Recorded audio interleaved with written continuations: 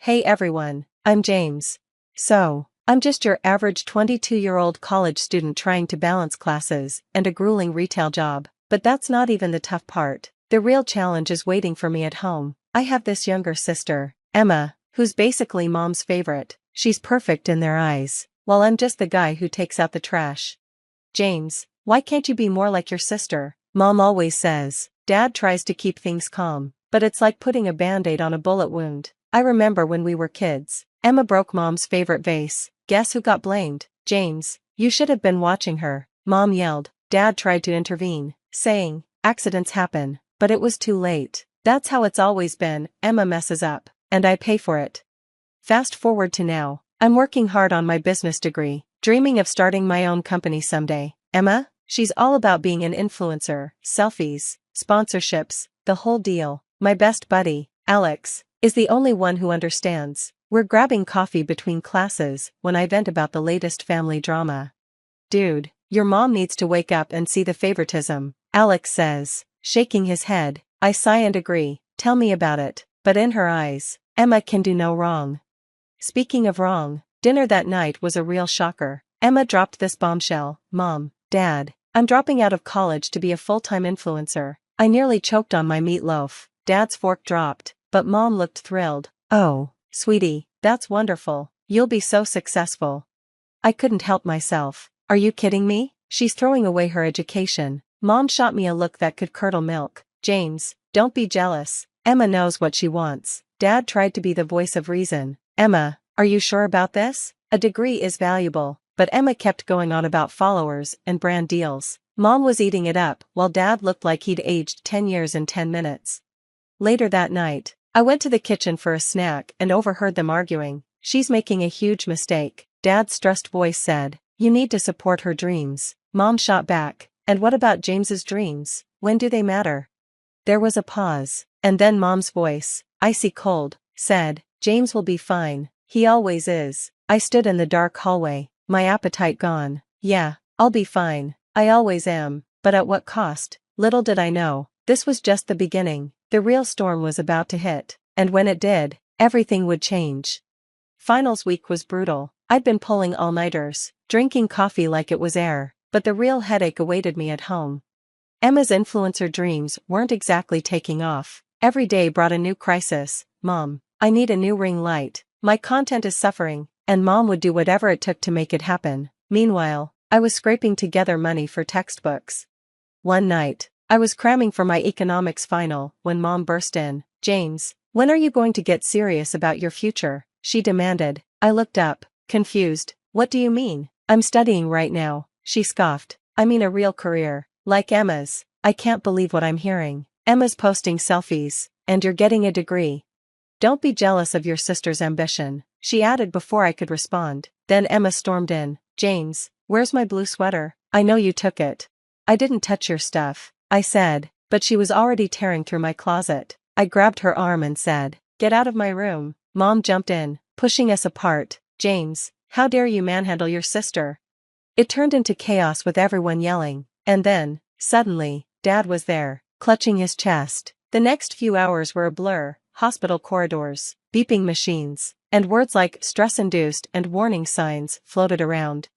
With Dad in the hospital, things at home went from bad to worse. It felt like the last thread holding us together had snapped. A few days later, after a grueling exam, I dragged myself home, just wanting to collapse into bed, but when I opened my door, I froze. My room was empty, well, not empty, but all my stuff was gone, replaced by ring lights, a backdrop, and a bunch of tech I didn't recognize.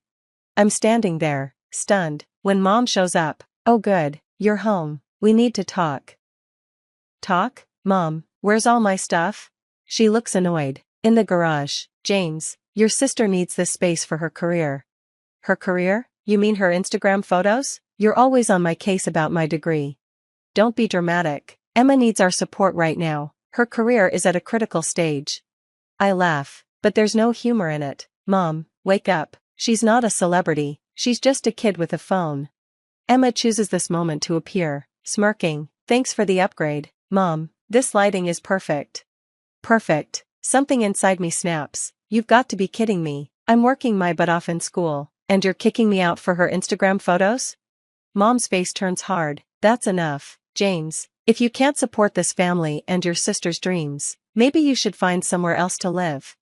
The words hit me like a punch. I look from Mom's stern face to Emma's smug one and suddenly can't breathe. Fine, I manage to choke out. I'm out of here. I grab what I can carry and storm out, dialing my phone as I go. Alex, hey man, I need a huge favor. Can I crash at your place for a bit? While I wait for Alex to pick me up, sitting on the curb with the remnants of my life, reality starts to sink in. My own mother just kicked me out for an Instagram account. I always knew I wasn't the favorite, but this was a whole new level of betrayal. As Alex's car pulls up, I make a silent promise to myself. I'm done being the family's punching bag. It's time to start looking out for number one. The next few weeks were tough. Sleeping on Alex's couch, I was juggling classes, my job, and trying to find a place I could afford. Sleep became a luxury I couldn't afford. Dude, you look like death warmed over, Alex said one morning. I groaned, chugging my third coffee. Yeah, well, homelessness will do that to you. Strangely enough, my grades started improving. Maybe it was spite, or maybe the absence of Mom's constant criticism actually helped. Either way, I landed an internship at a local tech startup. Meanwhile, Emma's influencer career suddenly took off. Her follower count skyrocketed overnight. That's weird, Alex said, scrolling through her profile. I shrugged. Maybe she bought followers or something. Alex's cousin Jake, who works in digital marketing, overheard us. Mind if I take a look? He asked, grabbing Alex's phone. His eyebrows shot up. Oh yeah, this is definitely bot activity. And these sponsorships, something's fishy. My stomach churned. Part of me wasn't surprised, but still, it was unsettling. That night, my phone rang. It was Dad. James, son, I'm sorry about everything. Your mother, he trailed off. I cut him off. It's fine, Dad, how are you feeling? He sighed. Not great, James, your mother and I are talking about separation. The news hit me hard. Dad, I'm so sorry, it's not your fault. I just feel powerless to change any of this, he said. After we hung up, I couldn't shake the feeling that Emma's fraud was doing more damage than just to her followers. It was tearing our family apart. The next day, I called Jake over to Alex's place. So, hypothetically, I started, if someone wanted to expose influencer fraud, how would they do it? Jake's eyes lit up. Oh man, where do I start? There are ways to track bot activity and cross-reference sponsored posts with FTC guidelines. As Jake explained, a plan started forming in my mind. I could gather evidence anonymously, tip off sponsors and followers, and Emma would be exposed, but not directly by me. I don't know, man, Alex said when I shared my idea. Isn't this going too far? I hesitated. Was it too much? But then I thought about Dad in the hospital, Mom kicking me out, and our family falling apart. No, I said finally, she needs to face real consequences for once. We spent the next week gathering evidence, fake purchases, inflated engagement numbers, undisclosed sponsorships. Emma's entire career was built on lies. I compiled everything into an anonymous email ready to send to her top sponsors. I paused, wondering if I was really ready for the fallout. But then I remembered Mom's words, if you can't support this family and your sister's dreams, maybe you should find somewhere else to live.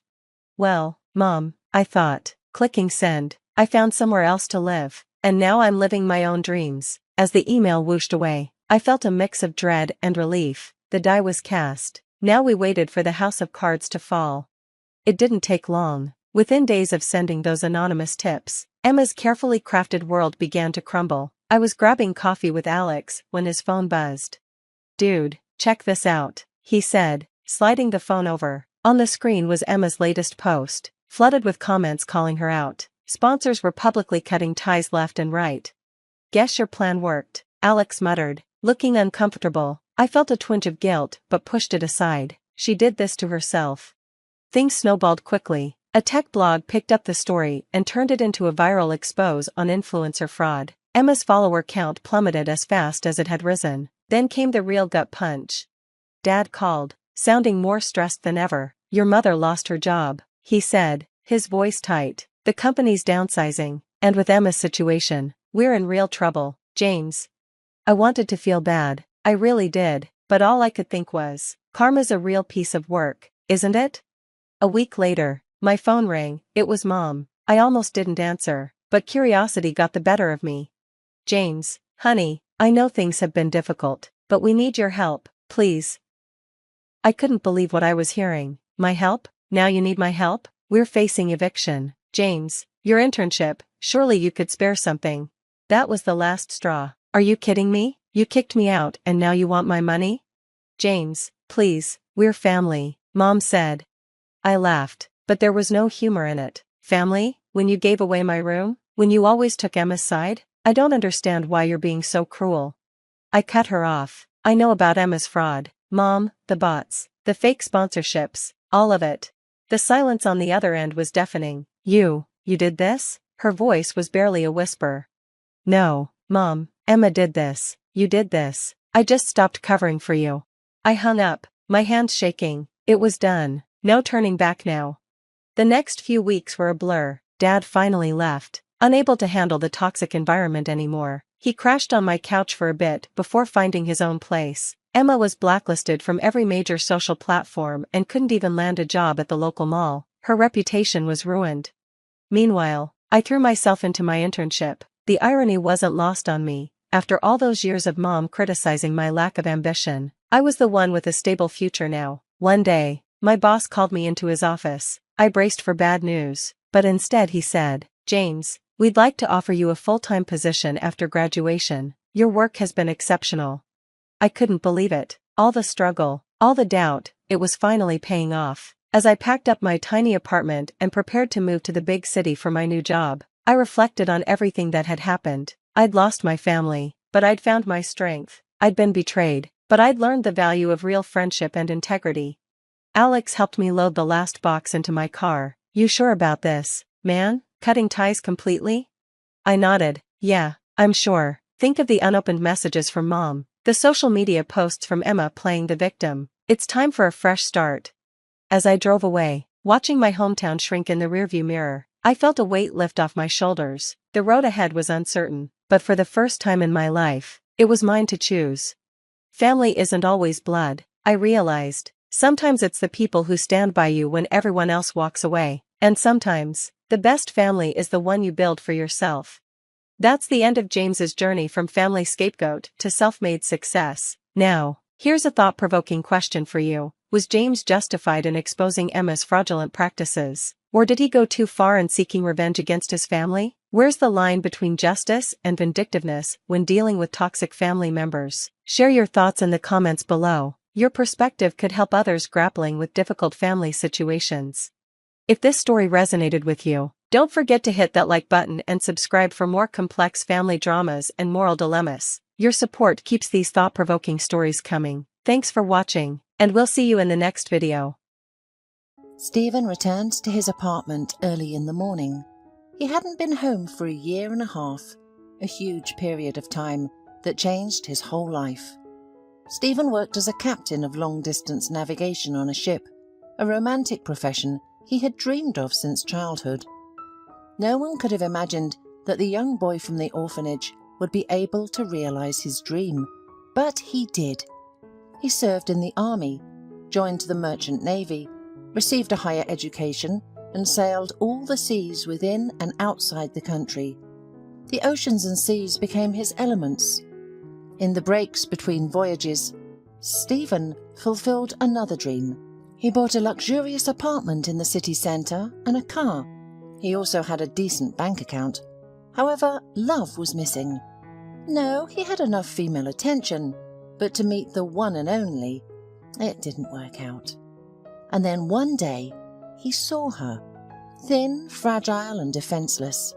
She was crying in a restaurant, left there by some scoundrel who drank, ate, showered her with compliments, and then ran away, leaving her with a huge bill. Stephen paid for everything and took her home. Valerie told him about herself. She was finishing a pedagogical college, living in a dormitory, and was also an orphan. Stephen looked at her and realized that she was his dream. It also bribed him that she was also from the orphanage. That's how two lonely hearts met. And it didn't matter that she was almost 15 years younger than him. He wouldn't let her go. Stephen began to court her beautifully, and Valerie responded with reciprocity. They got married a year later, and Stephen was in seventh heaven with happiness. There were few guests at the wedding, only a few colleagues from Stephen's work and one of Valerie's girlfriends. Stephen was a little sad that there would be no relatives on either his or the bride's side at the wedding. His parents died in a car accident when he was only a year old, and no other relatives were found. That's how he grew up in an orphanage. Valerie told him that she was abandoned on the doorstep of an orphanage when she was a newborn, and her negligent mother was never found. Well, okay, but now they are together forever, and they will have a strong family. Valerie loved him and tried to be a good housewife. Not everything worked out for her, but Stephen just smiled. It's not so critical that she oversalted the soup or burnt his shirt. The main thing was that all his troubles retreated next to her. The only thing that upset him were his long trips. Valerie was also worried, but eventually got used to it. Then the fateful voyage happened. Stephen's ship was captured by pirates. It is the 21st century, but pirates are still there. The cargo was looted and the crew was captured.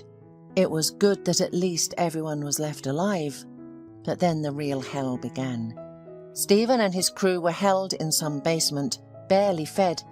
The pirates were demanding a ransom, but no one at home was eager to save the sailors. The guys realized this over time by watching how the bandits behaved. They were in mortal danger, but they managed to escape through unimaginable routes. Perhaps someone above them didn't abandon them, or the sea god protected them. They made it to the embassy first and then home all together. Stephen had been unable to get to his hometown for about a month due to issues with management, the cargo owner, and other things that happened. But now everything was settled. The sailors rushed to their families, and Stephen did the same. Of course, he had already called Valerie several times before this, once when he was only in the embassy and then again. She was pleased to hear his voice, and she burst into tears. She said she was really looking forward to seeing him. However, in the last week, she had gone silent and wasn't answering his calls. Stephen headed home with a sense of alarm. He opened the door to his apartment with his key, which he had luckily not lost during his adventures because it had fallen into the lining of his coat. Getting into the apartment, Stephen discovered that Valerie wasn't home. The man was unpleasantly surprised. It was still so early. Where could she be? He looked closer and realized that she hadn't been there for several days. Although Valerie wasn't the perfect housekeeper, she would have definitely washed the cup, but it was already covered in mould in the sink with the remnants of tea, and it was dusty somehow. Stephen dialed Valerie's number, but it was unavailable. He was seriously worried and started calling his friends, but they didn't know anything either. Neither did the neighbours. Stefan turned to the police and learned the terrible truth there. It turned out that a week ago, Valerie died on a regular bus in the countryside. Stephen couldn't understand why his wife had gone out of town. What did she forget in that village? He wondered. Why wasn't I informed of my wife's death? He resentfully asked the police. Well, we were going to, the police officer shrugged, but your wife's mother said that she would take care of everything herself. Mother? What nonsense. Stephen was angry. My wife came from an orphanage. I don't know. You're mistaken about this. She definitely had a mother, and she is a decent elderly lady at that. Stephen decided to deal with this issue later and only learned where Valerie was buried. It turned out to be in the same village where she had died. He immediately went to the rural cemetery. It wasn't difficult to find his wife's grave, a fresh mound covered with wreaths and recently wilted fresh flowers. And next to the cross were photos of Valerie, so young and beautiful. In the photo, she smiled with such a radiant smile. It was hard to believe that she was no more. Such beauty shouldn't fade prematurely. "Forgive me, my girl," Stephen whispered and knelt at the grave. "Forgive me. I longed for you so much. I went through so much and dreamed of hugging you, but I didn't make it. My sunshine, what happened to you? Why are you even here, my dear?" He whispered something else and didn't immediately notice an old woman approaching the grave, holding a baby who was about 6 months old. A woman sat at the other end of the grave watching Stephen. With one hand, she removed dry flowers, and with the other, she held a child. Stephen, seeing the woman, froze at such impudence. It was clear that he wanted to be alone. Couldn't she wait? And what was she doing here anyway? "Get out of here," he suddenly said sharply. "What are you doing here? I'll clean up my wife's grave myself." "Are you her husband?" The elderly woman got up and looked at Stephen inquisitively. "So why didn't you come earlier, husband?" "I was on a business trip, and why should I answer to you? I said go away." "But I'm Valerie's mother," the woman said. "Mother?" Stephen was confused. "But how? Valerie said she was from an orphanage. You're lying." "Why would I lie?" The woman sighed. "Valerie was ashamed of me, and I would give anything to be lying there now instead of her. But God decided otherwise. Apparently, he decided that I should live longer and raise Valerie's son." "Whose son?" Stephen exclaimed. "Lady, are you crazy? Valerie never told me about any child." "Well, it's clear why she didn't tell you. My grandson was born with a serious illness. Anyway, forgive me. I attacked you for no reason, and I said too much, probably for nothing. I'll go. I just wanted to clear the grave. I am ashamed that there is disorder here." She turned and walked toward the exit, and Stephen stood stunned, looking back and forth between Valerie's photo and the old woman with the baby. "Wait!" he shouted, running after her, grabbing her shoulder and turning her toward him. The woman hesitated, shook her head, and then said, "Let's go to my house where we can talk. You'll understand everything then and decide what to do." "Let's drive there. I have a car," Stephen offered. The elderly woman nodded in agreement, and Stephen helped her and the baby settle into the back seat. He briefly glanced at the baby's face. Could the elderly woman be telling the truth? Was this his son? But why hadn't Valerie told him she was pregnant? He drove quietly down the village street, his mind spinning with questions. He felt like it was all happening to someone else. "Stop here!" The woman touched his shoulder and pointed to a shabby house. Stephen looked at the house doubtfully. How could anyone live in it? Old and cracked house. The rain could certainly flood in. The windows were old and some were even covered in plastic wrap. The foundation had long since collapsed, exposing rotten logs. "Yes, it's not a palace," Mrs. Harper said sadly. "I had to move in here when my house burned down. It was old too, but sturdy.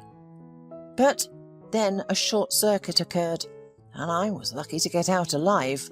The village council gave me this housing and said I had to fix it up myself. But where can I get the money? My pension is a minimum." Stephen suspiciously looked at the elderly woman. Was she trying to scam him for money? Maybe that's why she brought a child, to set up Valerie. But despite his suspicions, the man decided to listen to Mrs. Harper. Inside the house, everything was poor, although clean. "Thanks to the neighbours," Mrs. Harper said, "they didn't leave us in trouble. After the fire they brought clothes and furniture, and when I took Sam they shared children's things. Now that I am receiving benefits for Sam, things are easier." "Stop," Stephen said sharply. "I want to understand what you were saying about Valerie. I think you're all lying." "Why would I?" Mrs. Harper replied, bewildered. "Wait, Let me put my grandson to bed and we'll talk." She went to the next room with the child, and Stephen sat on the creaky stool in the kitchen, patiently waiting for the hostess to return. Soon she came back with a thick album. "Here's the only thing that survived after the fire in my house," the woman said, putting the album on the table. "I don't know why I grabbed it in a panic. No documents, no things, just this album. Apparently I knew it would come in handy. Look at it, maybe you'll recognize someone." Stephen opened the album. There was a young woman, somewhat resembling his Valerie, holding a little girl in a cute hat. Then an older girl sitting by the flower bed with a ball by the lake. Kindergarten group photos. Then there was the girl in school uniform, and then she got older and older in the photos. Stephen suddenly froze, staring at the next photo. It featured a young girl in a simple evening dress, curly hair down to her shoulders. She was smiling at the camera. She was very young, but Stephen could not fail to recognize her. It was Valerie. "This photo was taken at the prom," Mrs. Harper whispered, noticing Stephen's reaction. "It's the last one on the album. Valerie didn't send me any more photos." But how can that be? Stephen looked at the woman in confusion. "Valerie told me she didn't know her mother, that she grew up in an orphanage." "She made it all up, my dear," Mrs. Harper replied, wiping away a tear, and began to tell him everything as it was. Mrs. Harper gave birth to Valerie without a husband. She fell for a visiting construction worker, who then flew off in an unknown direction, leaving Mrs. Harper pregnant. At the time, Mrs. Harper was working in a farm canteen. She was almost 40 years old, with one unsuccessful marriage behind her. Her husband had blamed her for her infertility and left her for another woman a few years later. And then, such luck. She decided to forget about people's gossip and all the difficulties and raise the child on her own. Valerie grew up as a sweet, good girl, but something changed in her over the years. She began to snap at her mother more often, saying that they lived poorly. But where could Mrs. Harper find wealth? She didn't remarry, and who would she marry? In the village there were only a few lonely men, but Mrs. Harper didn't need them. They were either drunks or lazy. Why did she need more trouble? She just wanted to raise her daughter, and so she tried. She took on any job. In addition to the canteen, she worked on the farm in the winter and cleaned the floors at the local hotel. She dressed her daughter no worse than the others.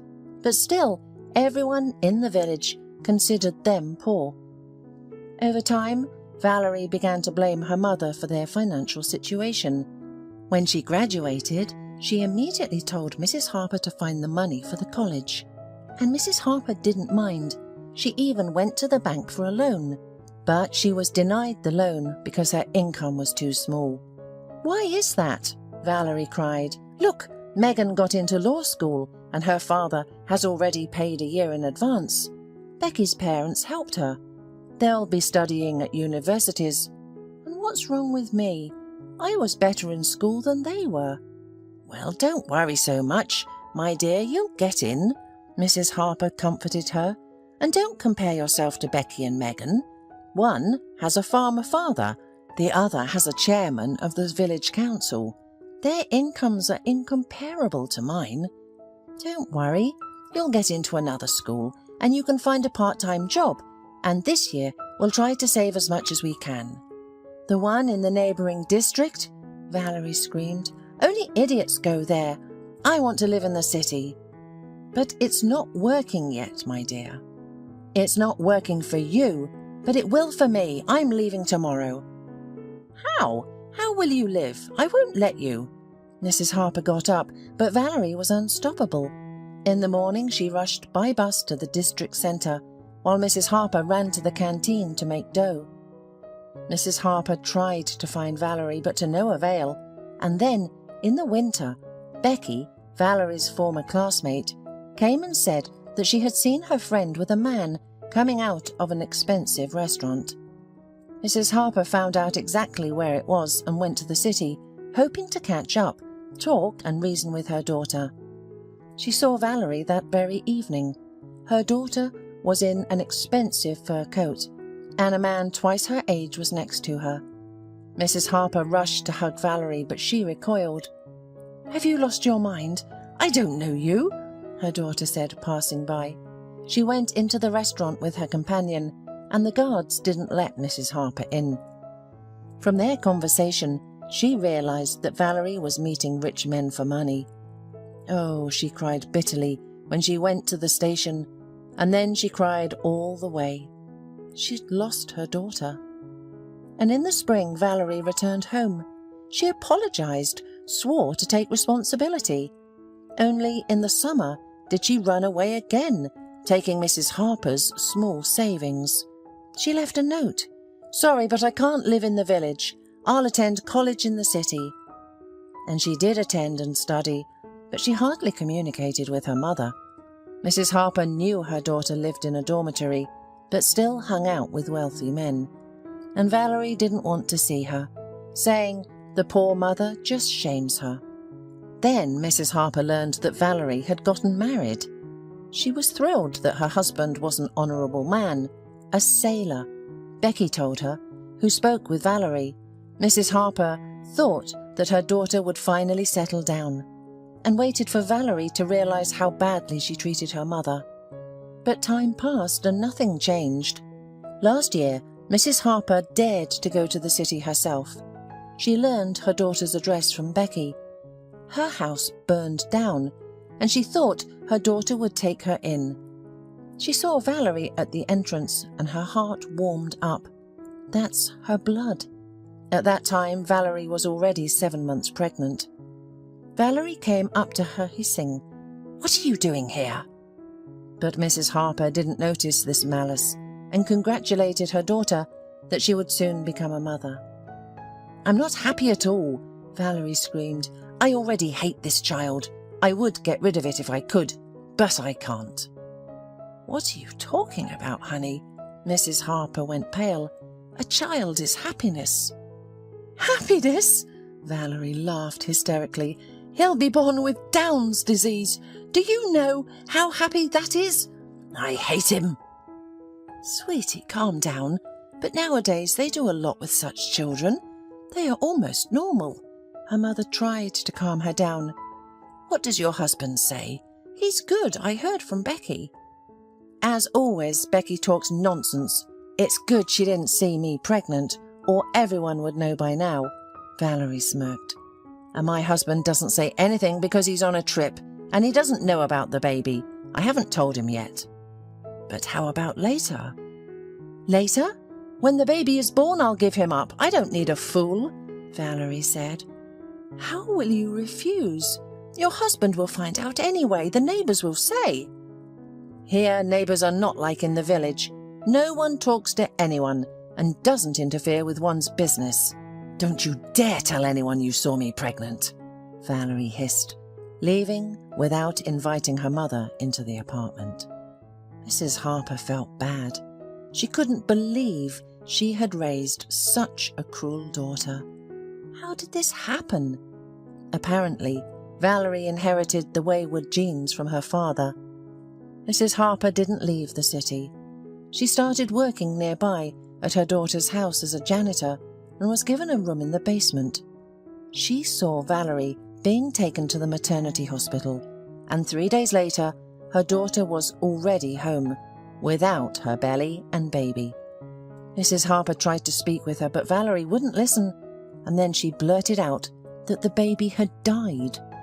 Mrs. Harper rushed to the hospital to pick up her grandson and give him a proper burial. But to her surprise, he was alive and lying in the ward for ill patients. That's when Mrs. Harper realized what she had to do. She went to the village to get the necessary documents and ran around various government institutions in the city. Initially, they didn't want to give the child to her, but eventually they relented. After all, Mrs. Harper was still his blood relative. In short, she took her grandson from the hospital and settled with him in an old house in the village. She didn't tell Valerie anything, letting her believe that the child was in an orphanage. She and Sam would live together. For his grandmother, he was a good boy. He was just a little different. And recently Valerie discovered where her child was. For the first time in many years, she called her mother. She scolded and shouted that Mrs. Harper had no right to make decisions about the baby's fate. But then she cried and admitted that she couldn't forget him. His tiny hands and fluffy neck. He appeared in her dreams at night. Mrs. Harper realized that she had come to terms with what she had done. "Come to us, daughter," she said, "and you will see your son. You will take him in your arms and love him immediately. And your husband will accept him. Don't doubt it." And Valerie went to her mother and son, but tragically never made it. She was in an accident. Mrs. Harper buried her daughter and struggled to cope, but her grandson Sam helped her not to lose her mind. And on one particular day, she felt drawn to her daughter's grave and took her grandson with her. There she saw a tall, strong man whom she immediately recognized as Valerie's husband. Mrs. Harper decided not to hide anything and told him the truth. The truth was rarely sweet, and this one was worse than poison, but he had the right to know everything. Stephen listened to Mrs. Harper and just nodded his head. He didn't know so much about his wife. He couldn't believe it. Valerie couldn't do that to her mother, to him, to their child. "I need to think about everything," he said quietly to Mrs. Harper, left, peeking into the baby's room before he did. The child had already woken up and was lying quietly in the crib. It was unclear who he looked like because he had the specific features characteristic of his illness. Stephen left, with the thought pounding in his head. What to do? First, he decided to ask the neighbours if Valerie had been pregnant. They hesitatingly nodded in response. It seemed so. Then Stephen went to the maternity hospital. There, everyone confirmed that Valerie gave birth to a child with Down syndrome and refused him, and the grandmother took temporary custody. The father was away for a long time. Besides, Stephen figured out that Sam had been conceived 3 months before his last sale. There was no doubt that Stephen was the father. So now he had to decide. A couple of days later, Stephen's car stopped at an old house. Mrs. Harper was in the yard with her grandson. "I'm here for my son," Stephen said to her. Mrs. Harper turned pale and hugged the child to her chest. "And you pack, Mrs. Harper. I'm often away from home for a long time. Who will look after my son, if not his own grandmother?" Mrs. Harper sighed with relief. Before leaving, they stopped by the cemetery. "Sleep well, dear," Stephen whispered, stroking the cross. "I forgive you for everything. You just got confused. Little silly girl. Don't worry, Sam will know that he had the best mum." And they left for the city together. With time, Stephen started going to the sea again. Mrs. Harper took care of Sam. The child grew up and developed as far as his abilities allowed. A good tutor, Sydney, started working with him. Once she met Stephen. He had just returned from a trip and took his son to her himself. They liked each other, though at first they carefully hid it. But true feelings cannot be hidden forever. After a while, Sydney became Stephen's wife. She found a common language with Mrs. Harper, and little Sam understood the main thing. He had a mum. "Max, son, I'm here." Patrick Weddell shouted to his son. The schoolyard was full of chattering children. They chatted endlessly with each other, recounting and discussing the brightest moments of the school day.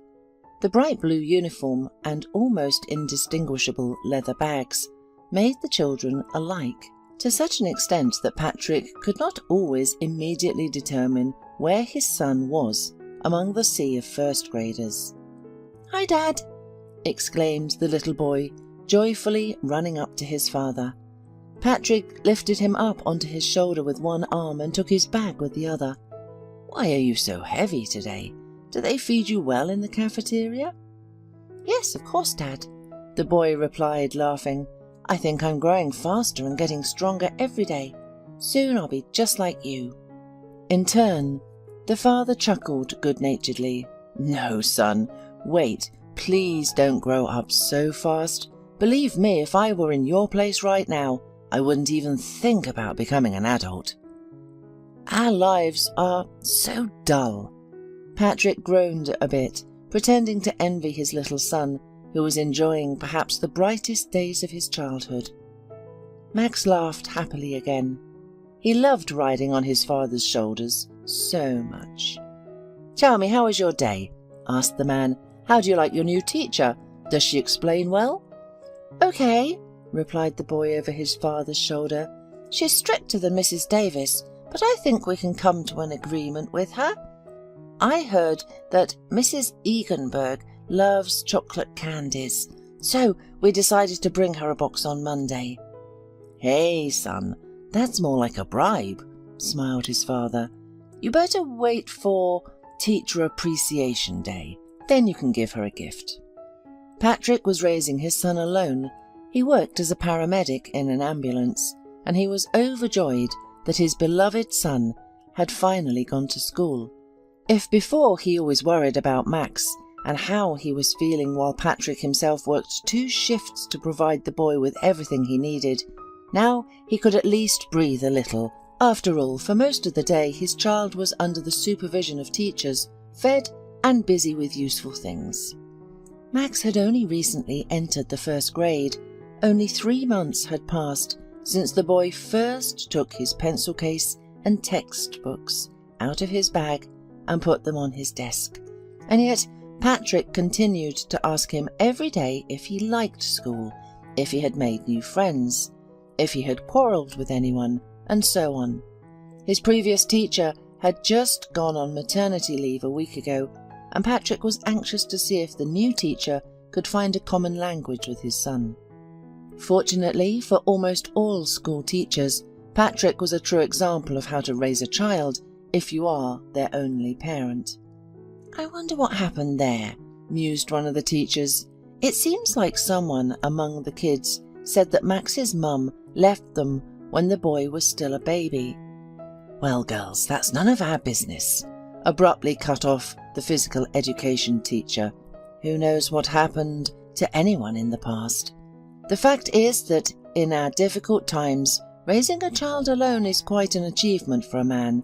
And by the way, he works as a paramedic in an ambulance. He probably has constant overloads, and yet he manages to pay enough attention to his son. What a father." The most surprising thing about this whole story was that Max was not Patrick's biological son. The man saved the baby when he was just a year old. The child and his mother were involved in a terrible car accident. Patrick remembered that terrible trip for the rest of his life. The old, long-seen Buick, which was only suitable for the dump, for some reason lost control right in the middle of a busy highway. The female driver desperately tried to hold the steering wheel, as the police later said. However, she failed. The woman's car was taken to the oncoming lane, after which it was instantly caught under the wheels of a huge truck. The baby survived only by a miracle. When the rescuers were finally able to cut off the roof of the car, Patrick saw that there was a small cradle securely attached to the rear seat, in which a 1-year-old baby was desperately wriggling and screaming. "Oh my goodness," Patrick could only whisper, seeing the child and his bleeding mother. Julia, the unfortunate young woman, weakly moaned and tried to keep the blood from pouring from a huge torn wound on her thigh. "The femoral artery is damaged," Patrick shouted to his assistant at the time. "She needs to be released from this iron trap urgently." Together with the rescuers, Patrick helped free the lower half of the woman's body from the steel clutches of the partially crushed car. Due to the shock, Julia was conscious all this time. However, further assistance unfortunately did not help. In a short time, the victim lost too much blood, and the paramedics did not have time to take her to the hospital. "My child, my Max," she whispered, using her last strength to appeal to the ambulance doctors. "Please don't let him die." "Calm down, please," Patrick replied, understanding that his words were more for comfort than encouragement. Everything was bad. "Your child is alive and hardly injured. We'll arrive at the hospital soon. You'll have surgery and you'll be with your Max again." "No, I know I'm going to die soon. I'm ready for it. But my son, promise me you won't let him die." Julia's chest rose for the last time. Then she let out a convulsive sigh and fell silent forever. "We did everything we could," the second paramedic said sadly, then looked at his wristwatch and quickly said, "Time of death 12:05. "All right, Patrick, don't worry like that. I understand that losing a patient is always difficult. Believe me, we all feel the same way. Now all that remains is to pray that her little boy can handle this terrible turn in life." "Yes, I understand all that," answered Patrick. However, in his heart, it was as if huge black gates had opened, releasing coldness and emptiness. Patrick had been working for 5 years, and no one had ever died on his shift. The man always fought for his patients until the end, no matter how difficult the situation. But Julia became the first person to literally die in his arms, even if it was in an ambulance.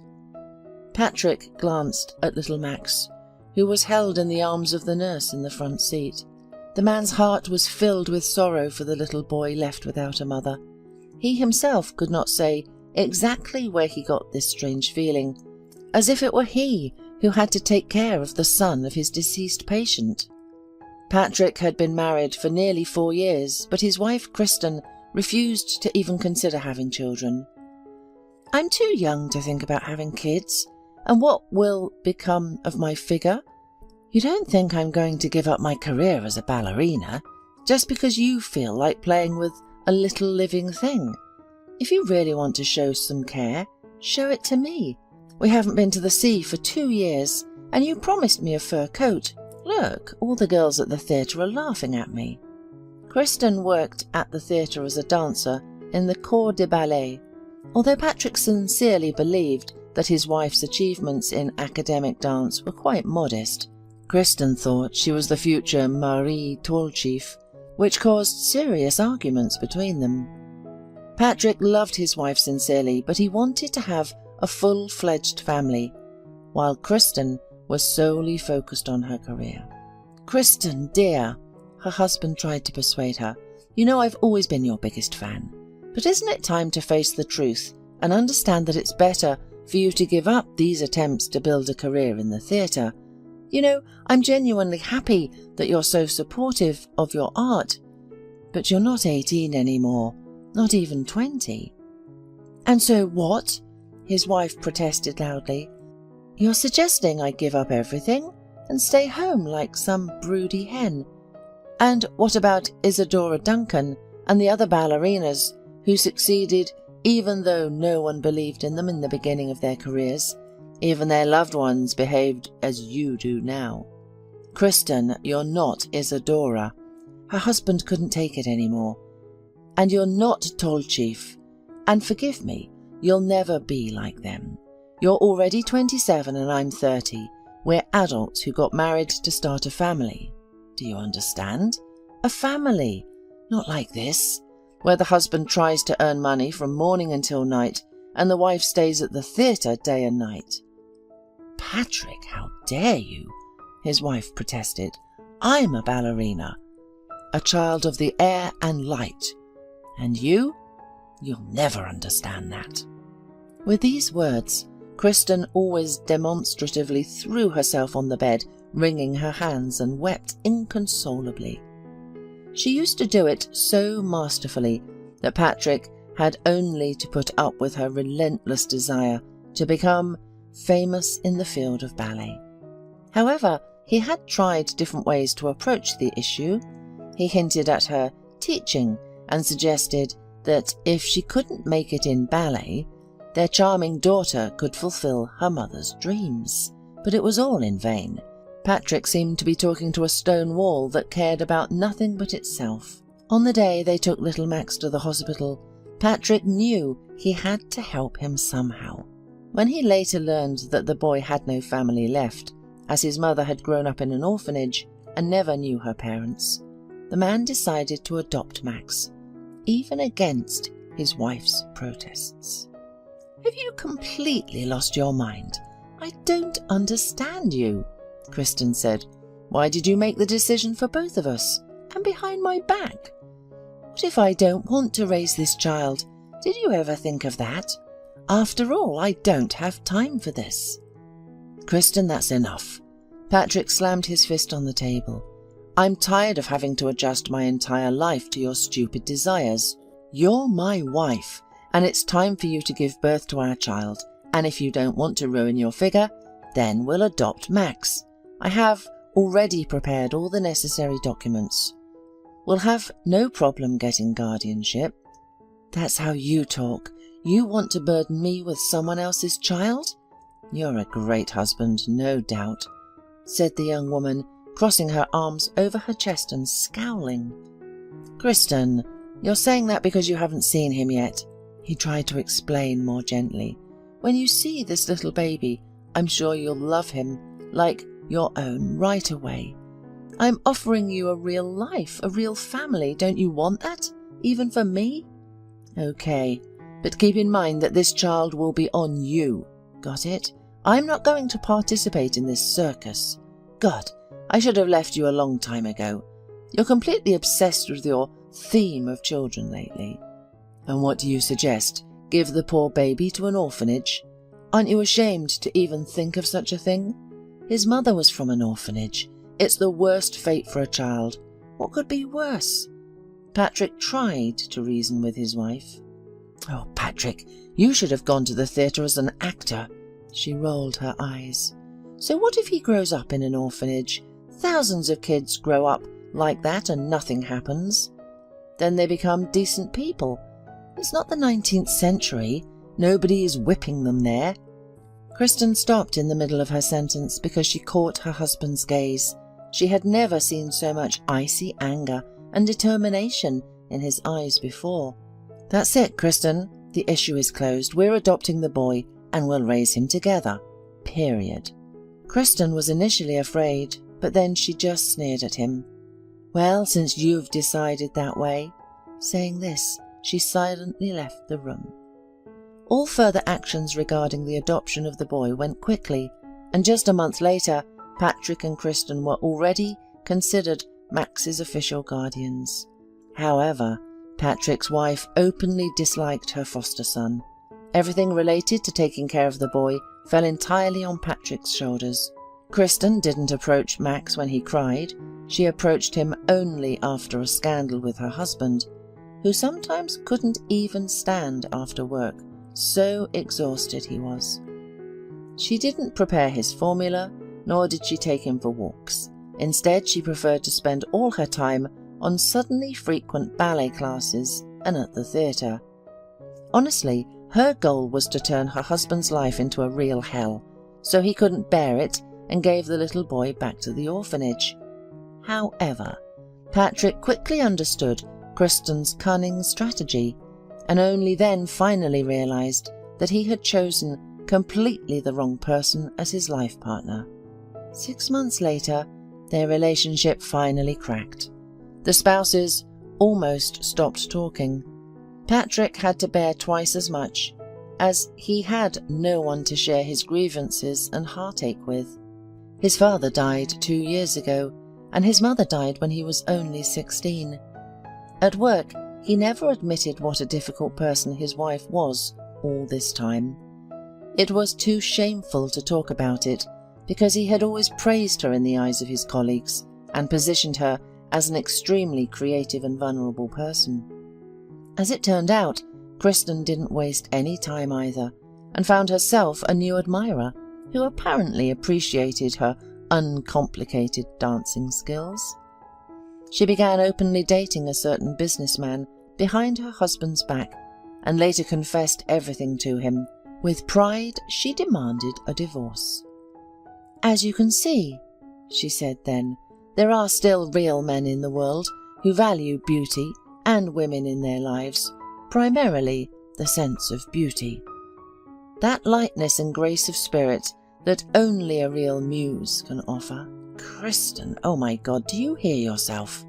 Patrick asked her incredulously, rocking little Max in his arms. "What nonsense are you talking about? What muse?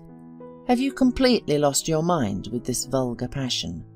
That's you, a vulgar down-to-earth person who is only fit to save unknown people all his life on his miserable ambulance. While Graham is the most talented businessman, he will turn me into a real star, as you'll see. I just came for my things. I'll send you the divorce papers through a lawyer. Ciao." Sending her ex-husband an air kiss, Kristen went to the bedroom to pack the necessary outfits for her trip. Her new admirer promised to take her to Paris, so Kristen was full of brilliant plans and hopes regarding this romance. Patrick did not particularly resist the divorce. He had long realized that there was nothing left between them that would bind them together. And as bitter as it was for him to admit it, not even to himself, probably nothing had ever bound them together. He honestly wanted to create his own big and loving family, and the young shy ballerina seemed to him to be the perfect option at that moment. After the divorce, Patrick surprisingly felt relieved. He felt much better and freer. Max became much calmer than before. The main source of stress in his new life, his wayward foster mother, was gone forever.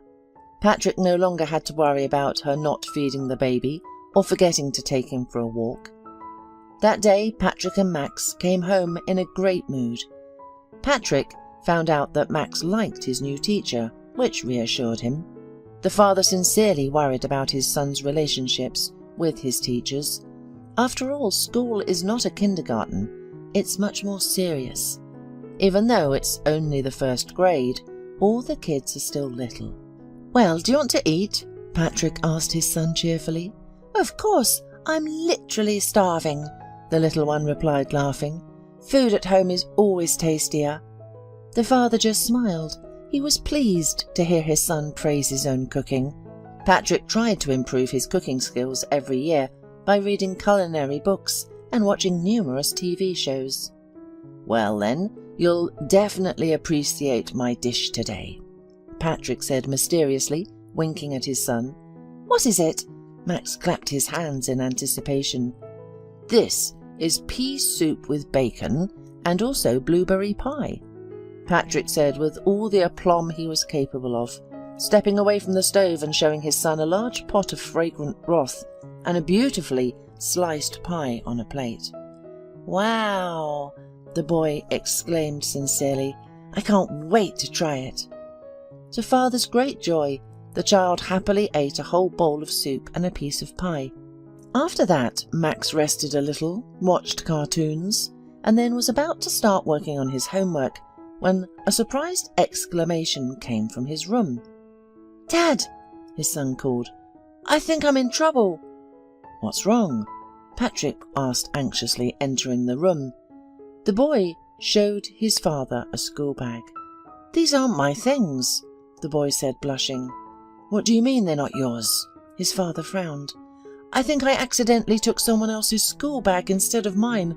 I didn't do it purposefully, I swear," the boy said, folding his hands in a gesture of apology. The father hurried to reassure him. He knew that little children are still quite disoriented in space, so they can easily confuse each other's things. Especially in the first months of school, everything seems similar to them, including the uniform and almost identical school bags. "It's okay, Max, don't worry. Just please be more careful next time when you're taking your things, okay?" Patrick asked. "Of course, Dad, I'm sorry," his son reassured him. "But how am I going to do my homework now?" In response to this, Patrick smiled and said, You'll make it in a clean notebook, and tomorrow, let's show the teacher everything and explain the situation. Let's see, what was the last thing you were assigned in school diary? The owner of this portfolio must have a diary and textbooks too. You're a genius, Dad, the boy exclaimed sincerely. Then there was a beautifully designed pink diary with an image of a shimmering fairy pony. Oh, so this is Amy Robin's school bag, the boy exclaimed, then slapped himself on the forehead. Of course, we sat together in our environmental studies class. She was speaking with other girls, and I was putting everything in my school bag when Tommy Nelson distracted me. I must have taken her school bag by mistake. Well, we've figured it out. Patrick nodded and carefully took out all of the girls' necessary textbooks from her school bag. Now get to work. Just be careful. These are her things. His son assured him that everything would be fine, but Patrick had no doubt about that. Max had always been responsible and very proper at the age of 7, so he already had an idea of other people's property and how to handle it carefully. Suddenly his father's attention was drawn to something sticking out of the inner pocket of the portfolio. It was a corner of a small photograph that the girl apparently kept inside her pocket of her bag as a talisman. Pulling on the smooth corner of the photo, Patrick easily pulled it out, but in the next second he froze, as if struck by a powerful electric current. The photo showed Julia, the same woman who died in a car accident under the wheels of a huge truck. But how? How was that possible? Patrick looked closely at the face in the picture. There could be no doubt the same blue eyes, the same wavy ash-blonde hair. Only the hairstyle in Julia's mysterious photo was somewhat different, but everything else. Of course, Patrick could be wrong. So many years had passed. However, the face of the person who had died, practically in his hands, would inevitably be etched into his memory. And besides, he always had a photographic memory for faces. Turning over the photo, the man was even more surprised. Judging by the date, the photo was taken a year and a half ago.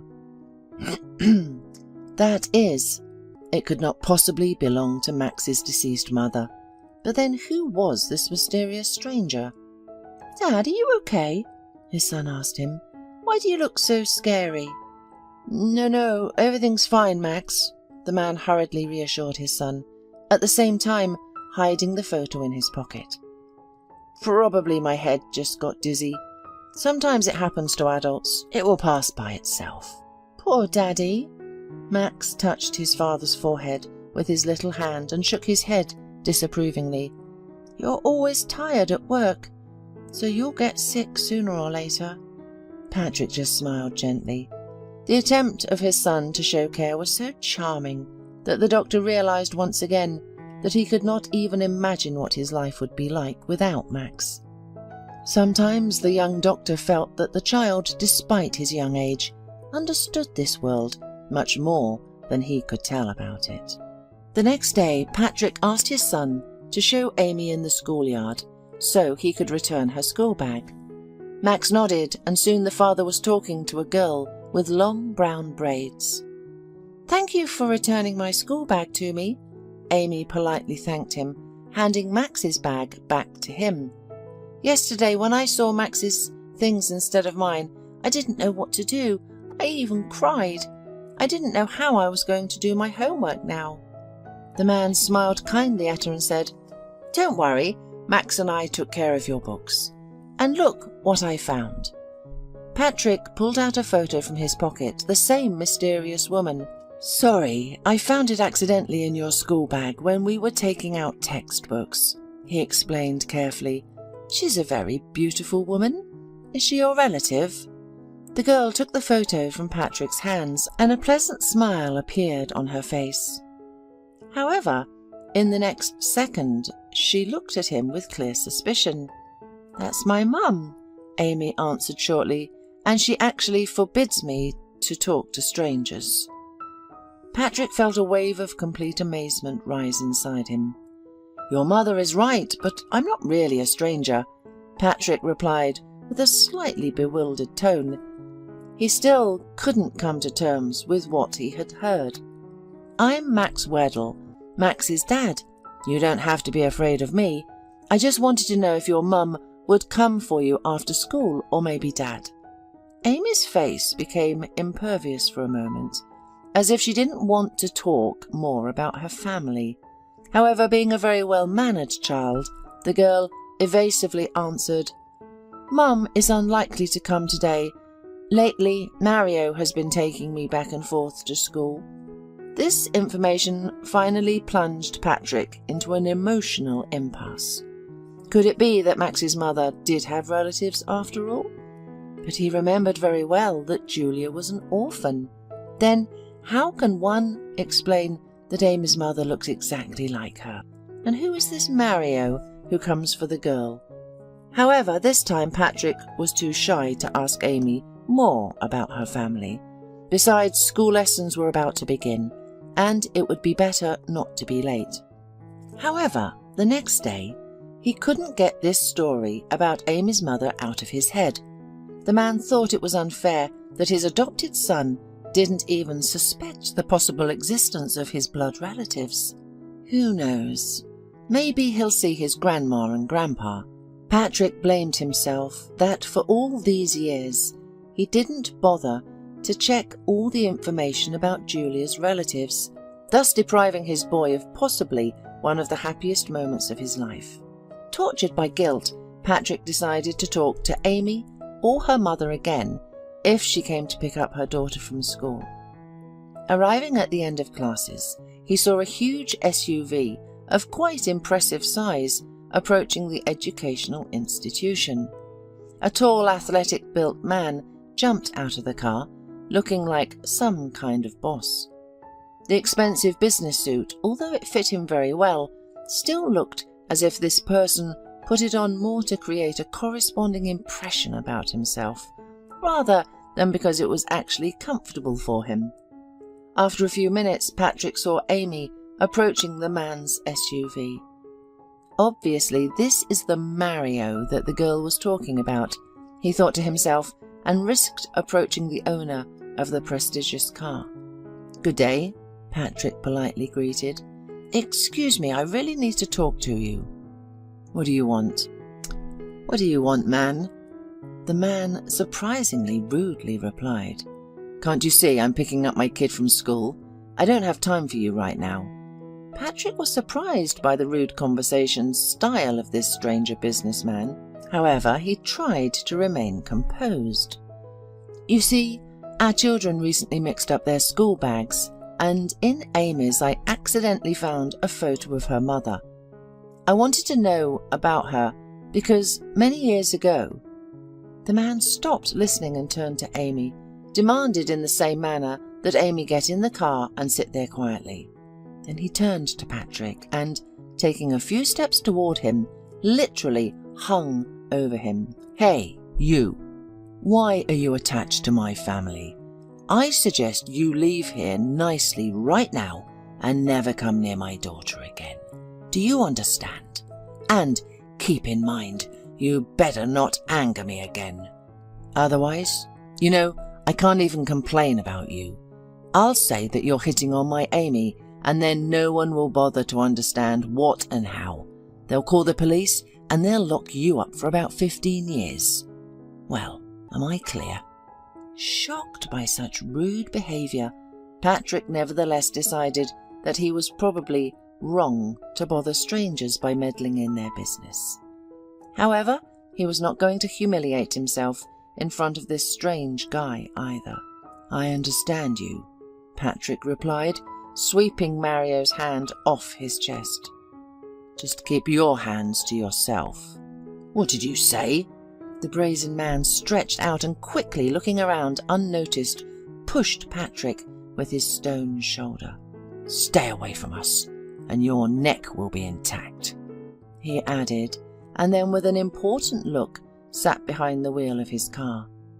Patrick looked at Amy through the half-tinted glass. For a split second it seemed to him that fear flashed in her eyes. Only the girl quickly turned away from the window, pretending to be interested in something in her own school bag. Patrick liked the whole story less and less. Also, his intuition loudly suggested to him that Amy could not be this Mario's daughter. A month later, Patrick noticed that Amy was still being picked up by the SUV with the unpleasant businessman. The man could only guess where the girl's mother was in this case, and then one day, Patrick saw how Mario, without hesitation, publicly began to shout at the child. "How many times have I told you? You have to wait for me at the gate so I can pick you up, and we can leave immediately. And where have you been wasting so much time again?" "Don't shout at me, please," Amy timidly replied, tears welling up in her eyes. "I just went to chat with the girls, but it was only for a minute." "A minute, you little idiot! Because of you and your minute, I'm now late for an important meeting," the man exclaimed angrily. "Serious people are waiting for me. What am I supposed to tell them now? Look at me when I'm talking to you." The businessman roughly yanked Amy's arm, and she began to cry softly, wiping her reddened eyes and tear-wet face with her little fist. "Please don't shout at me, please." Instead of answering, Mario pulled the child again, making the little girl bend down in front of him. He whispered something in her ear, which made Amy abruptly stop talking and look at her guardian with an expression of undisguised horror on her face. Only God knew how much Patrick's hands itched at that moment. He wanted nothing more than to jump out of his own car and teach this scoundrel a lesson. The man had practically raised his hand against the child. At the same time, he understood perfectly well that openly confronting this scoundrel now would only harm the unfortunate little girl even more. Who knows what this brute had in mind? At that moment, bitter as it was for Patrick to admit, he couldn't take such a risk. He was finally convinced that there was definitely something fishy about this story. Patrick decided to take a different approach. The next morning, when he was seeing his son off to school, he quietly stopped Amy when there was no threatening car nearby and delicately asked, "Amy, wait a minute, please. Did you have a fight with Mario yesterday? Sorry, I just saw how strangely he was acting towards you." Amy turned pale as if she had seen a ghost, and then quickly shook her head so that her braids literally flew around her thin face. "No, Mr. Weddle, you must have been mistaken." "Are you certain?" Patrick frowned. "Yes," the girl nodded, but from her eyes the man guessed that he was right. "It was my fault. He always asks me to leave through the main exit, but I—" "That's no reason to shout at you like that. But that's no reason to shout at you like that," Patrick protested in a low voice. "You know, Max and I have different situations too, but I never allow myself to treat him like that. It's just wrong, to be honest." Instead of answering, Amy just lowered her big light blue eyes. "Amy, but still, where is your mum?" Patrick tried to ask his main question again. "She's at home, but she can't go anywhere right now," the child evasively replied, cautiously looking around as if someone could overhear them. Patrick frowned again. Well, at least the situation has started to clear up a bit. "Amy, do you or your mother need any help?" Patrick asked carefully, hoping that the girl would understand him correctly. "I could come over to your place this weekend. Max and you could play together. Of course, that is, if your mum and Mario allow it." At the mention of Mario, fear once again froze in little Amy's eyes. "No, thank you, nothing is needed," she quickly replied, then added, "Sorry, Mr. Weddle, I already have to go to class. The bell will ring soon." Amy ran off towards the school, leaving Patrick alone to ponder the information he had just received. In the end, he decided to figure things out on his own.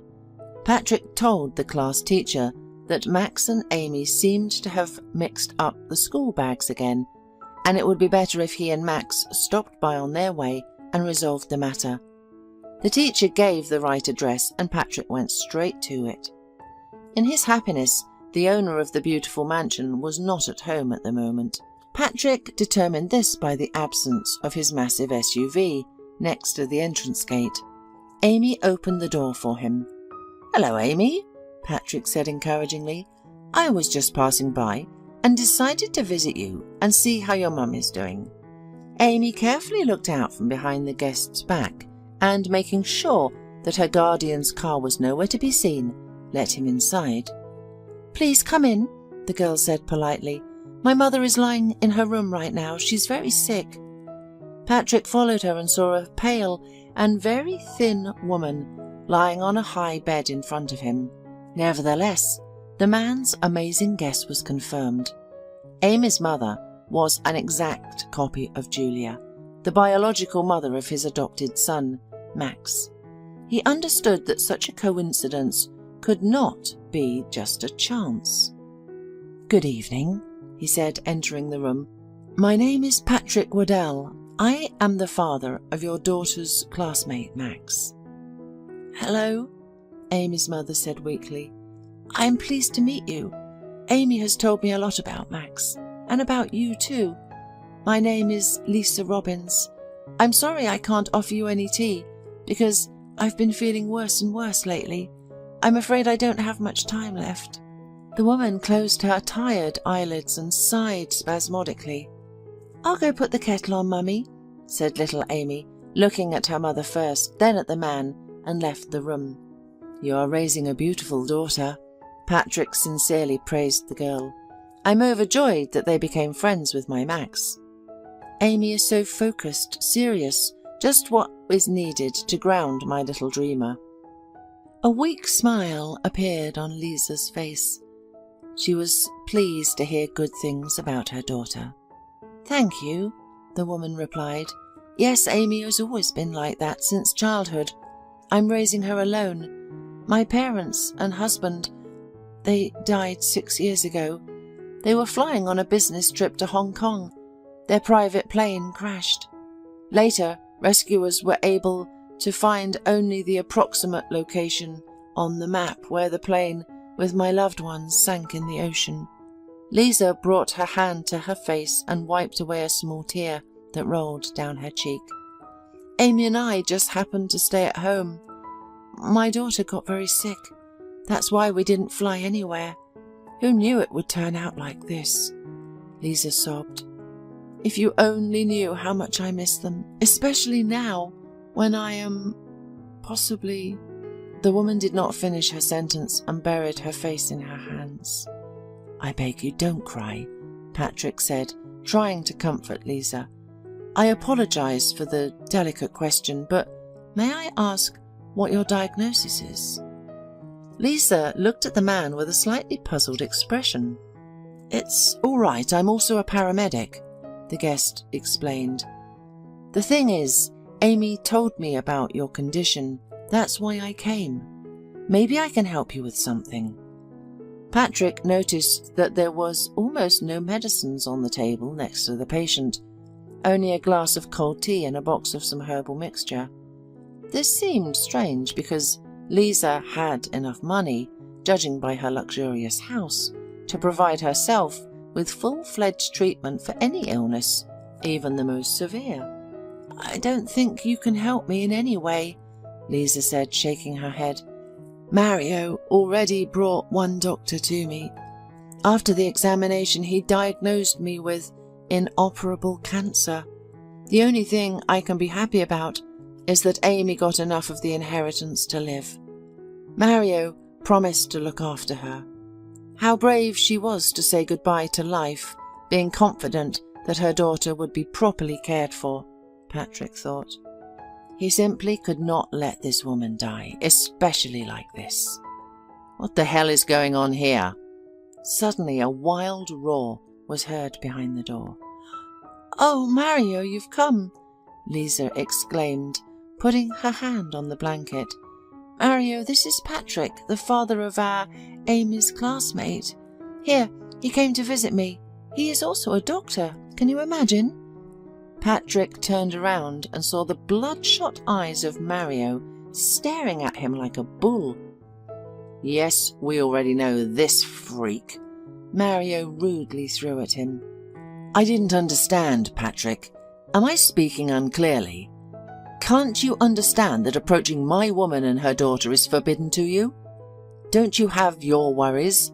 Why don't you go and save your pensioners and drunkards from heart attacks?" However, Patrick was also not a pushover and was not going to endure insults from this loafer so easily, even though he had a high opinion of himself. "That's right, I work in an ambulance and I'm proud of it," he calmly replied. "And why do you allow your woman to lie here and wait for death calmly? Lisa has told me that she has an incurable form of cancer, according to some incomprehensible doctor. But I, as a real doctor, strongly doubt it. It seems to me, Mario, that you are deliberately waiting for her to die. And you want to get access to her money through her daughter. You are just a scammer." Mario instantly turned crimson, starting from his towering head and ending with his thick fingers on his hands. The man slowly began to step on Patrick, while he did not flinch, waiting for the enemy to come to him at the closest distance possible. "Patrick! Mario!" Lisa exclaimed, trying to verbally separate them from her last strength. "What are you doing? Shame on both of you!" "Lisa, I saw the other day how Mario behaved terribly with Amy, and I'm not certain, forgive me for being frank, that this person will be able to become a worthy parent for her after your death, which I very much hope will not happen." "Shut up!" Notwithstanding, Mario snarled at Patrick. "What the hell are you even doing here? What? Wanted to get all the money for yourself?" At that moment, a bewildered Amy ran into the room, carrying a small tray with 2 steaming cups of tea in her hands. "Oh!" the girl exclaimed, seeing the distorted face of her stepfather. "Amy, leave here quickly. Don't listen to them," the mother exclaimed, and her worries about the little child brought colour to her pale cheeks for a few minutes. She struggled to sit up in bed. "Mario, what are you saying?" she asked him. "Is it true what Patrick said about you and Amy? Did you seriously dare to shout at my child?" Feeling that the argument was about to turn into something terrible, Amy carefully left the room, leaving the tray with tea near the door, and quickly went up to her room and locked the door. "Lisa, my sunshine, of course he's lying," growled Mario, looking at the guest. "Let's have you lie down quietly and rest. Why do you need extra stress?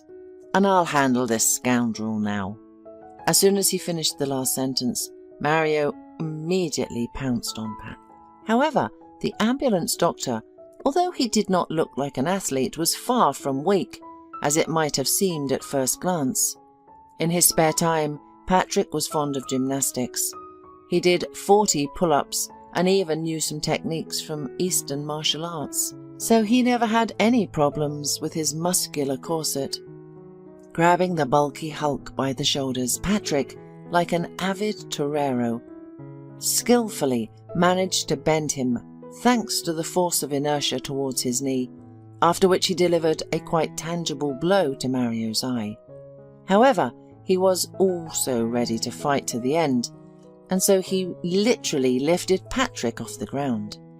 But the paramedic easily slipped out of his steel grip, delivering several powerful blows to the scoundrel's abdomen. "Stop it! Enough!" Lisa shouted at them. However, the men just moved further away so that she wouldn't accidentally get hurt. They fought for a couple of minutes with all their might, and when Patrick began to win decisively, Mario preferred to retreat with the words, "You'll still answer for everything, you scoundrel. I won't let it go. Keep in mind, my guys will find you quickly, and your puppy too. You won't be able to gather your bones later. I swear by my—" "Just try it," Patrick promised him in a cold voice. "I can call the police right now. prove later that you didn't threaten me." Mario tried to leave the room, and at that moment he stepped on the very tray with hot tea that Amy had left. "What the hell?" His cry could be heard by Lisa and Patrick. "Oh, you little mutt!" It seems that at that moment Mario scalded his leg. "Mario!" Lisa said his name threateningly and with genuine indignation in her voice. "It seems that everything Patrick said was true. How could I have been so wrong about you? Get out and never show up in our and Amy's life again." "You're a fool, Lisa." He spat in her face. "And you'll die alone. Do you think you are still needed by anyone other than me? Sickly and with a child too. You should be grateful that I am willing to look after your girl." And now with these words the unfortunate man waved his hand at her and Patrick and, limping and holding on to his scalded ankle, left the house. "Oh!" Lisa sobbed after him and grabbed her chest. She slowly sank back onto the bed. "Are you okay?" Patrick rushed to her. "I'll take you to the hospital." During Lisa's absence, Patrick took her daughter to his home. Max was pleased that Amy could stay with them for a while until her mother recovered. Patrick immediately went to see the woman after she received the necessary help. First of all, he asked her treating doctor if it was true that she had cancer. "Of course not," the doctor confidently replied. "Patrick, I don't even understand how this person was able to so cloud her mind that she refused to visit the family doctor. She really had some problems with her stomach and heart, but all of this is treatable. How much skill was required to manipulate the woman so that she would be convinced of her imminent death?" "That's what I thought," Patrick nodded. "It's scary to imagine what could have happened to the little girl if Lisa was really gone. By the way, why was she so sure of this?" The doctor squinted, reviewing the conclusion. "Not without reason, yet in her blood we found a potent heart medication that could cause sudden cardiac arrest if the dose was exceeded. Apparently, this scoundrel regularly put medicine in her food or water so that the effect he needed would come as soon as possible." Patrick clenched his fist with force. "Don't worry, the worst is already behind us." His colleague patted him on the shoulder. "Patrick, you practically saved this patient's life. If it weren't for your intuition, who knows how it could have ended?" To be honest, Patrick didn't even think about it. From the shock he had experienced, he did not even immediately remember that he wanted to ask Lisa if she ever had a sister. After all, Max's mother died 7 years ago, and now he needed to solve the mystery of this old secret. Later, when Lisa was on the mend, Patrick explained the whole situation with Max and his mother to her. "Lord, but I've always been sure that I was the only one from my parents." Lisa was shocked to her core. Returning home from the hospital, she immediately broke off all relationships with Mario. As she later told Patrick, she met Mario on a dating site, and he quickly gained her trust and was able to charm her. Apparently, when he found out about her money, this cunning plan matured in his head. Fortunately, this scoundrel will not bother Lisa anytime soon. Taking the doctor's conclusion about the attempted poisoning, she wrote a statement to the police, and the investigation was in full swing. She also hired the best private detective in town, who was able to find out that Lisa and her sister Julia were once admitted to an orphanage together. However, the cunning director, wanting to extract more benefits from the twins, placed them in different families. "When you were born, your parents were wealthy but unfortunately childless," the detective told Lisa when they met in his office. "The Robins dreamed of having a child all their lives, but they were never able to have their own. They tried all possible options until they finally decided to turn to the orphanage. They even paid the director to speed up the adoption.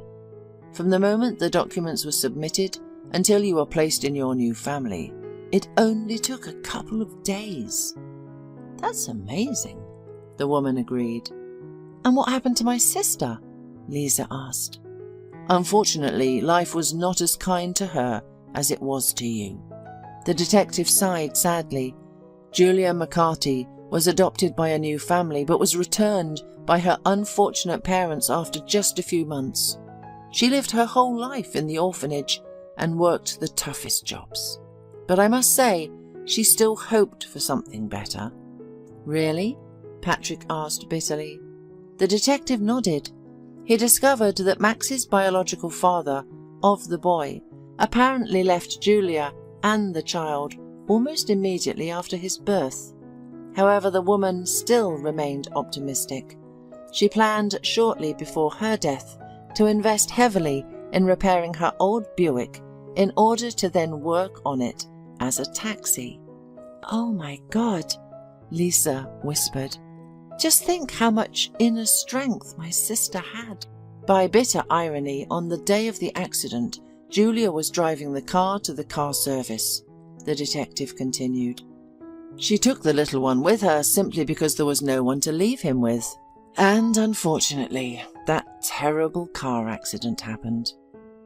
Patrick felt depressed and shattered, but he still found some comfort in knowing that Julia saved her life, albeit difficult, but managed to remain a decent and good person until her very last breath. Patrick thanked God for allowing him to save Lisa and her daughter. Thus he was able to atone for his guilt before little Max, for not being able to save his mother from death. It took some time after all this turmoil, and Lisa and Patrick realized that they felt something much deeper for each other than just gratitude.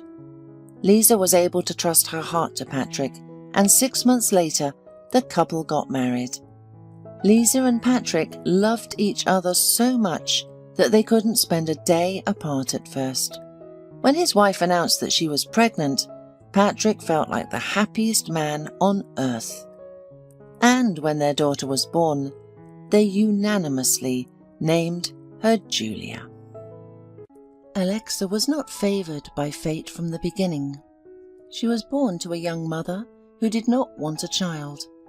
Tricia did not even know who the baby's father was. She would have gotten rid of the unwanted consequence of her free and fun life, not for the first time, but the doctor said it was too late. Upon learning of the impending addition, Alexa's grandmother, Lucille, only shook her head reproachfully. Many years ago, she and her husband unsuccessfully tried to get pregnant. Years went by. All of their friends and relatives had children, but she and her husband could not become parents. So, one day they decided to take a girl from an orphanage.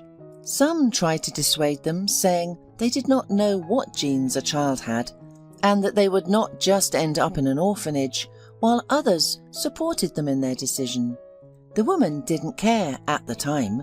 Lucille dreamed of finally feeling like a mother, and when a 4-year-old, fair-haired girl ran up to her and hugged her, her heart melted. Even her husband, watching that touching scene, shed tears. That's how Tricia ended up in their family, and at first everything went really well. The girl was growing up, trying hard, pleasing them, and listening. Her foster mother, who had been waiting for a child for so long, finally felt useful and happy. Lucille cooked delicious meals for her daughter, bought her toys and stunning outfits, took her to the movies, and braided the little girl's beautiful blonde hair. The foster parents spoiled the long-awaited child. Many people noticed that, but Lucille and her husband just shrugged it off. Tricia has had a tough life. She was born into an unhappy family, lived in inhumane conditions until the age of 3, was treated poorly, and then went to an orphanage. Better, of course, than living with alcoholics, but still not a fairy tale. When Tricia was in the 7th grade, a tragedy occurred. Her loving foster father was killed by hooligans. It was a ridiculous accident. He was just in the wrong place at the wrong time. The widow and teenage daughter were both struggling with the loss. Lucille couldn't come to terms with it for a long time, and when she finally overcame her despair, she noticed something was wrong. Her sweet, obedient daughter began turning into some kind of monster. She was no longer the same submissive, kind child. Foremost, Tricia completely stopped studying. No, she had never excelled academically, but she used to at least try. Now the girl had completely abandoned her studies and started skipping school. Tricia had strange friends, teenagers from clearly troubled families, some much older than the girl. The daughter now skipped school, cursed with indecent words, and was rude. She refused to help her mother with housework, constantly demanded money, threw tantrums, and frightened her. And then Lucille noticed that her daughter was taking things from the house. Things only got worse. The 13-year-old girl began allowing herself not to come home to sleep. Of course, Lucille was alarmed. She spent a lot of money on specialists, neurologists, and psychologists. There were no clear deviations found in Tricia, and that's how they used to live. Tricia kept coming home when she wanted. She dropped out of school after the 9th grade and didn't go on to study further. Why? She was completely satisfied with her life. Parties, meeting with friends, short-lived, turbulent romances. The brazen girl demanded money from her mother, and if she didn't give it to her, she took it herself. Tricia expertly found hiding places. That's why, exhausted, Lucille was not at all happy with the news that she would soon become a grandmother. By that time, she had already understood the deep meaning of the expression, "The apple never falls far from the tree." Tricia gave birth to a healthy baby girl on time. She behaved like a model mother for a couple of months. It seemed like a miracle had happened. The baby made the young woman settle down and pull herself together. However, Tricia soon tired of motherhood, and once again, as she had done many times before, abandoned little Alexa to her grandmother and disappeared without a trace. Lucille knew that her daughter would eventually return, but when, in what condition, and why remained a mystery. Thus the grandmother took care of her granddaughter by herself. Alexa grew up sweet and kind, but Lucille, remembering Tricia at that age, was not quick to rejoice. Instead, she treated the little girl cautiously and with enough coldness. Alexa didn't remember her grandmother hugging her, telling her fairy tales, or buying her anything beyond what was necessary. Instead, the woman demanded unquestioning obedience from her granddaughter. The child had many duties, and their number increased from year to year, cooking, washing, and cleaning. Tricia periodically appeared on the horizon, but for some reason the girl gravitated towards her wayward mother. It seemed to her that Tricia would not be as cold toward her as her grandmother. Alexa asked her mother to take her with her, and Tricia promised to do so, but there were always reasons. Either she and her boyfriend rented a small apartment, or Tricia had another child, or something else. "You're not needed by her," the grandmother said angrily. "No one needs you except me, and you were born mistakenly to your partying mother." Alexa was hurt to hear such words, but as she got older, she understood that everything her grandmother said was the pure truth. Growing up, the girl realized that she really didn't need her mother, but her grandmother also raised her out of inertia without love because it was necessary. Otherwise, what would people say? Alexa did not see love, warmth, or care, although she was raised in normal conditions. Graduating from school, Alexa entered the same college that her grandmother had chosen for Tricia. It's not that the girl dreamt of becoming an accountant. She just couldn't go against the will of the person who raised her. She got used to obeying her grandmother on everything. It was here that she met Bill, a cute, cheerful young man immediately noticed the quiet, modest girl, but Alexa was not ready for such attention. At first, she couldn't believe that someone cared about her. It seemed to her that Bill was just joking when he talked about his sympathy. The guy had to work very hard to earn Alexa's trust. How happy the girl was with Bill. They walked a lot, talked, laughed, and rode on his motorcycle, given to him by his father for his coming of age. Bill took her to the movies and cafes. With him, Alexa came alive and felt needed, loved, and beautiful. Grandma didn't approve of these relationships, predicting the same fate as her daughter. She loved to have fun with men too. He'll toss you around and leave you. You'll see. But Lucille's prophecy did not come true. Bill proposed to Alexa. They got married without a lavish celebration at the local registry office and started living together. A young man took a job as a long-distance trucker immediately after graduation, even though it wasn't in his field of study. The money was good, and he was now the head of the family. Tricia didn't even know her daughter had gotten married. During this time, she was building her personal life in another city. The grandmother was skeptical of this early marriage and predicted a quick end to the relationship. Even news of the birth of her great-granddaughter, Sherry, didn't thaw her calloused heart.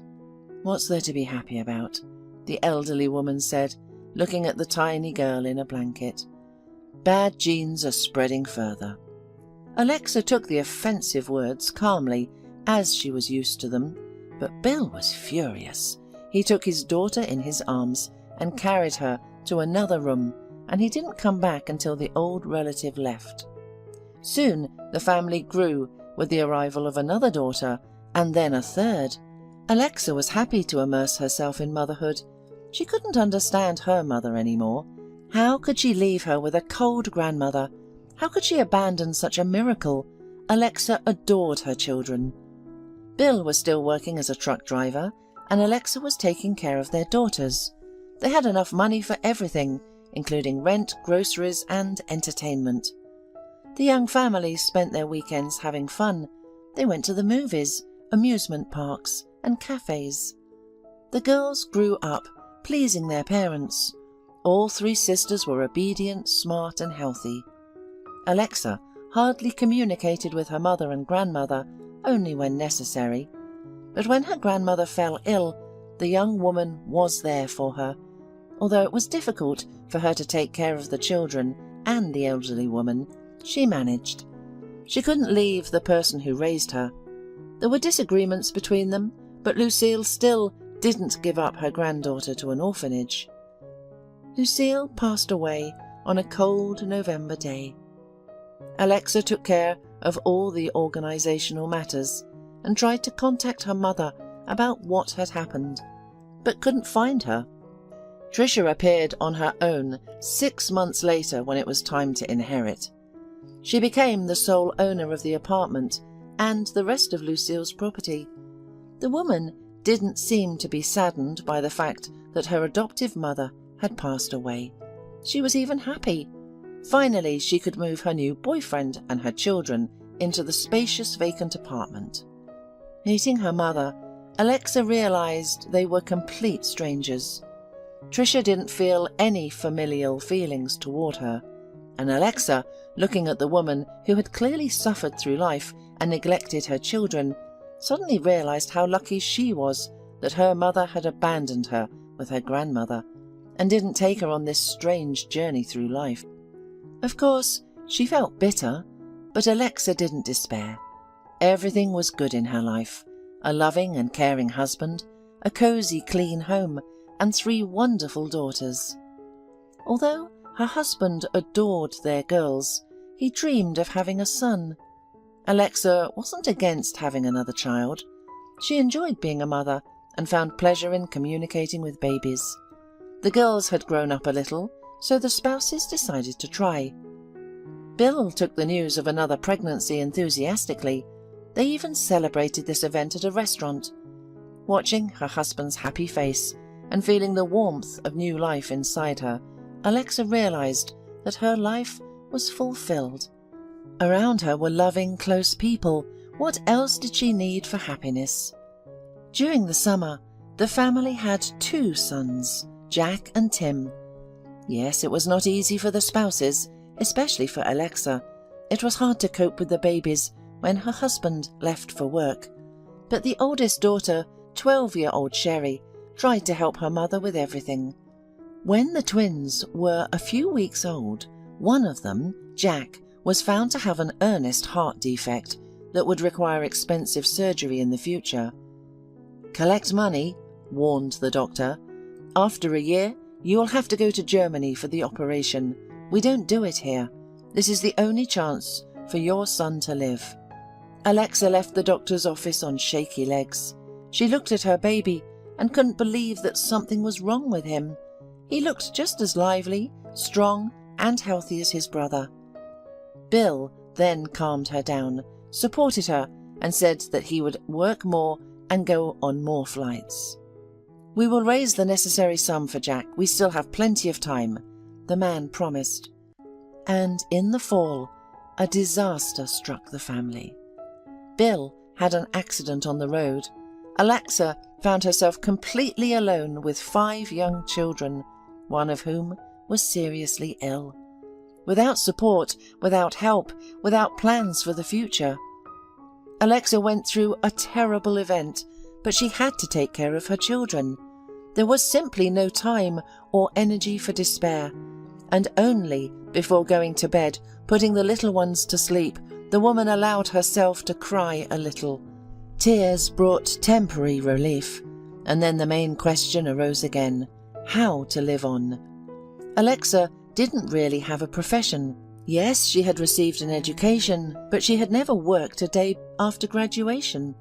Bill provided for the family, so the woman devoted herself entirely to the children. At that time, such an arrangement seemed perfect. It was thought that this stability would last forever. Alexa received all possible benefits for children from the government, so there was enough money for food and clothing. But they also needed to rent an apartment, and Jack needed medication all the time. The woman quickly realized that they couldn't afford to stay in the city. Renting an apartment was exorbitantly expensive for their budget. But now the main problem was the operation for her son. Where do I get the money? She couldn't save up from benefits alone. A considerable sum was needed.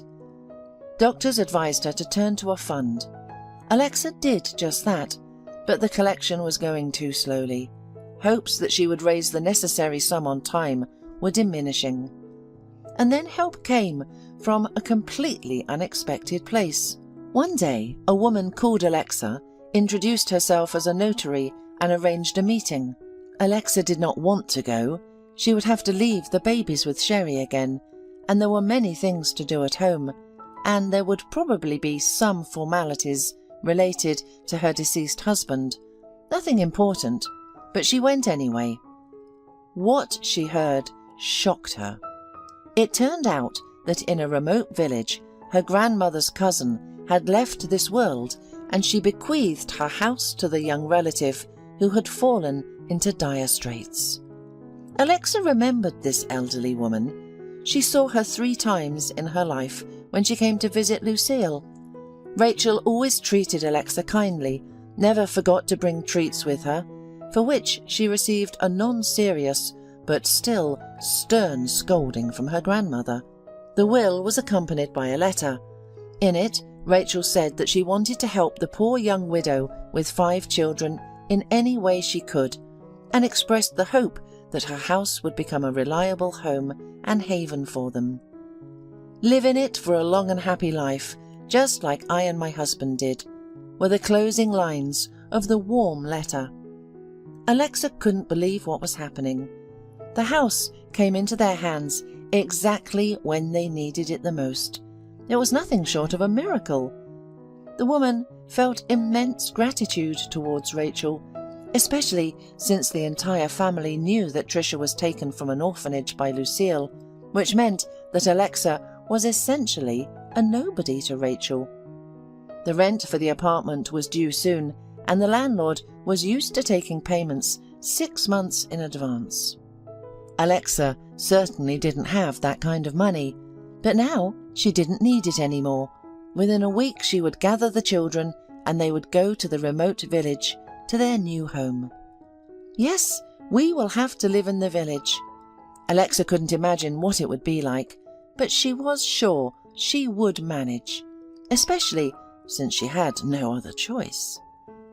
The family arrived in the village when it was raining, and the clay road had softened so much that the vehicle got stuck in the mud several times. "What terrible roads!" exclaimed the driver. "This is such a remote place." The guy was right. The village was far from the city, but it looked very well kept and cosy. The appearance of the new abode pleased Alexa. It was a big, beautiful house with green walls and a wonderful garden. It was clear that the previous owners had loved and cared for it. Alexa was now determined to take over this relay. "How great that the house is so spacious. We can make separate rooms for the boys and girls. This is just wonderful." The truck left deep tracks in the mud as it drove away. However, the rain was so heavy that it soon washed them away from the road. It wasn't until evening that the sky cleared up and the streams of water pouring from the sky subsided. Alexa had a lot of work to do. First, she fed the children with sandwiches that she had prepared in advance and gave them tea from a thermos. Then she began to sort out their belongings. The 1-year-old twins tried not to get in the way.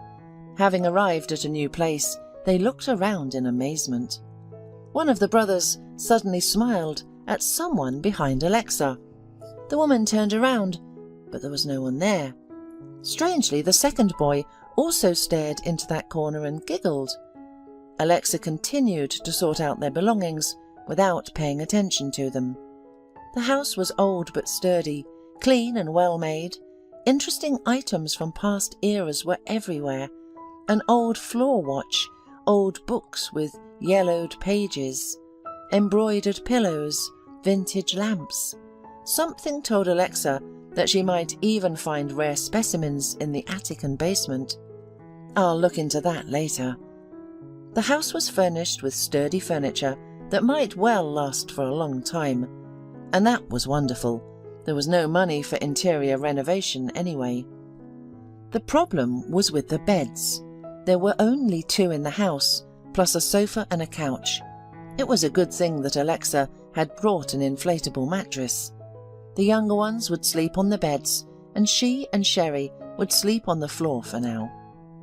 The day passed by with worries and troubles. Evening arrived, and Alexa went to the kitchen. While crawling under the table, searching for a socket, she stumbled upon an interesting item. A round clock with a hinged lid on a long chain. The item looked luxurious. It seemed to be made of pure silver, although she could be wrong. I wonder how it ended up in this sturdy but generally not rich house. And why are these luxurious clocks lying on the floor? It's really strange. Alexa pressed the button on the clock case and the lid opened, revealing an ornate inscription on the inner side. "To my dear Saviour, in eternal memory." Alexa put the clock in her bag. It was a very valuable item, and she could get good money for it for the operation.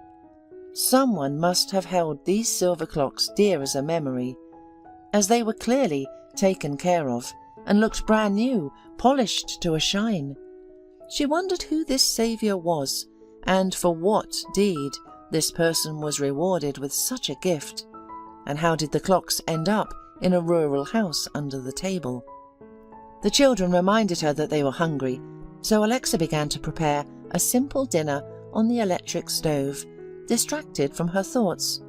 The woman was grateful to the almost unknown Rachel, who pitied her and got the house for her.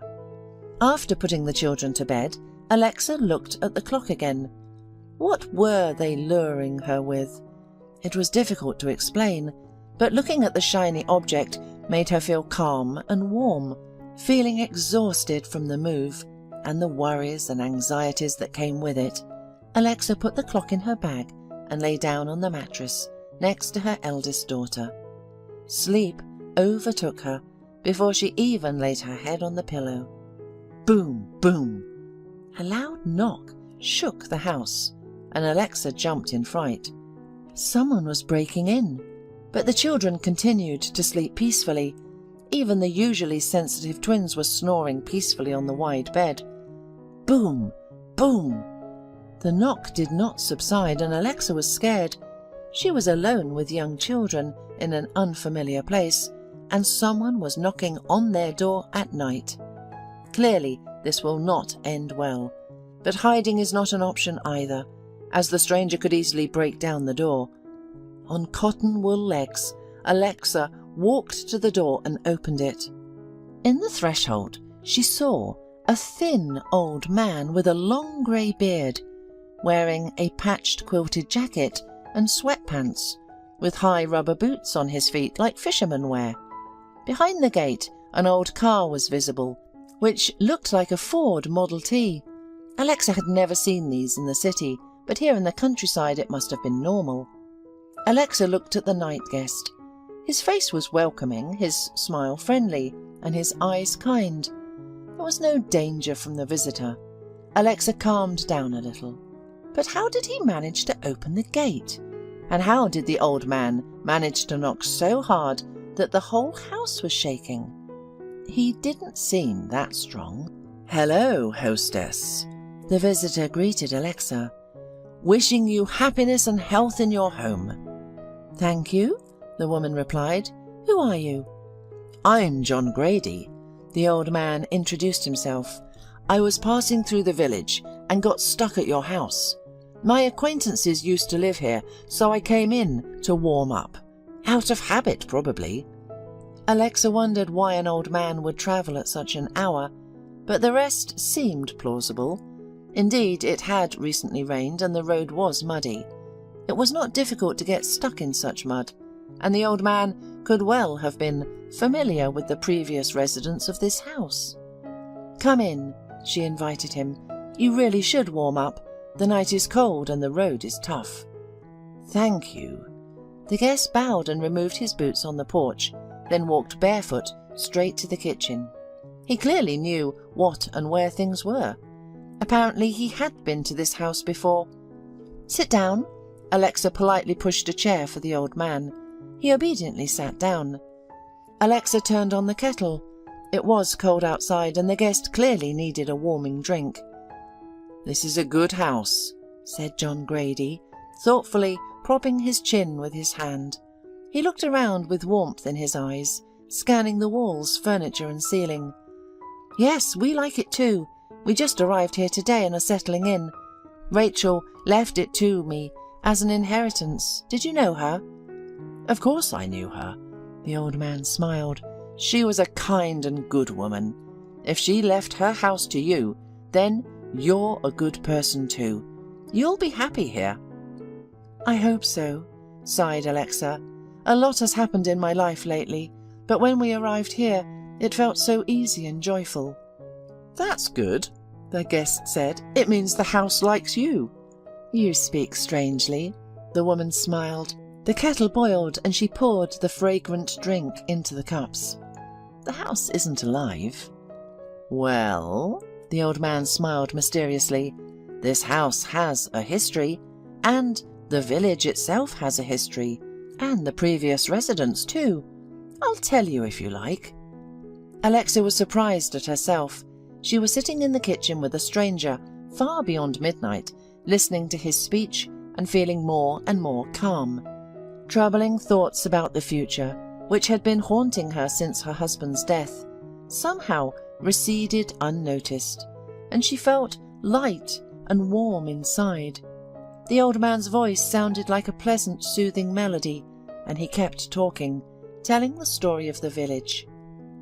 It was discovered that a wealthy man had previously lived in this place before the war. He had a single daughter, whom he adored. One day, while swimming in the river with her friends, she was caught in the current and began to drift away. A fisherman sitting nearby noticed that. The other girls were playing and hadn't realized their friend was in danger. The young man quickly came to her rescue and pulled her out of the water. He almost drowned himself in the process, but managed to get out alive. The girl told her father everything, and he went to the young man, knelt before him, and gave him a silver watch as a reward. The lid of the watch was engraved with an inscription.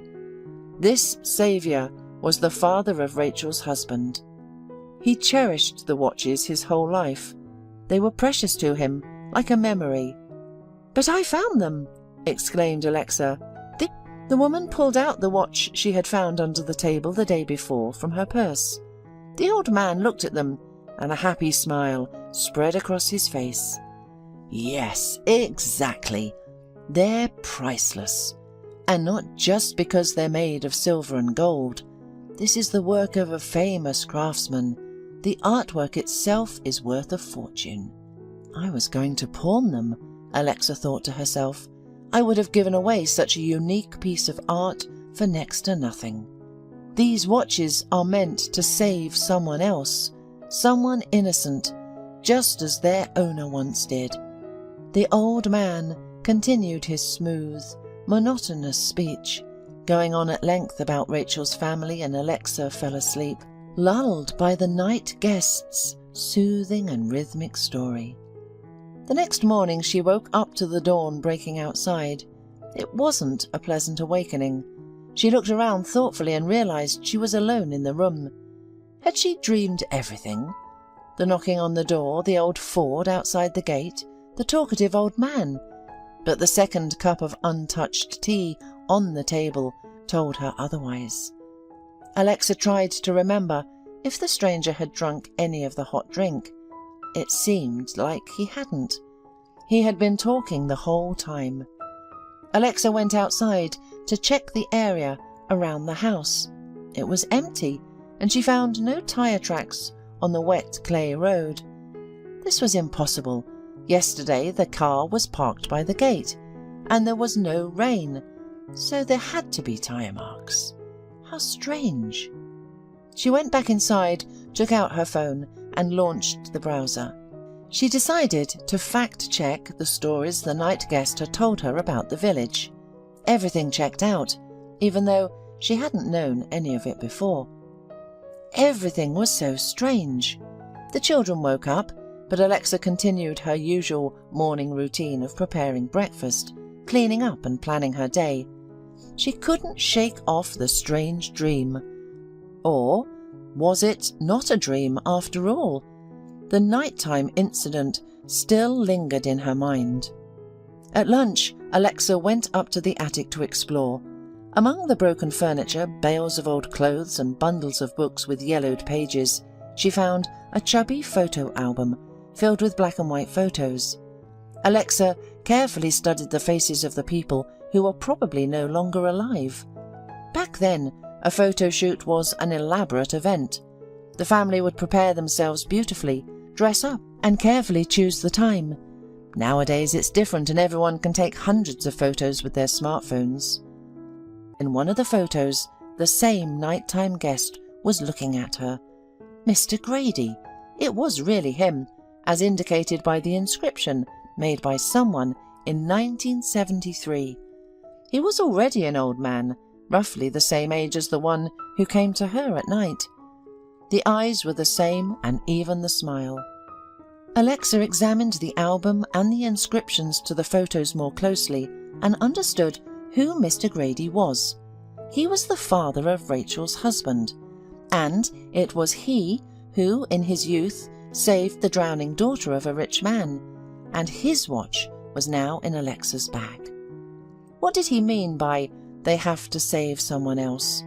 Maybe the nighttime guest meant Jack. Alexa knew that Rachel had been a widow for a long time. Her husband was older than her and had left this world much earlier, and her father-in-law was even older and had been gone for decades, and yet Alexa was sure that she saw him last night. "Mum, someone came to us." Sherry's voice was heard from below. Alexa hurried downstairs. Who came to them?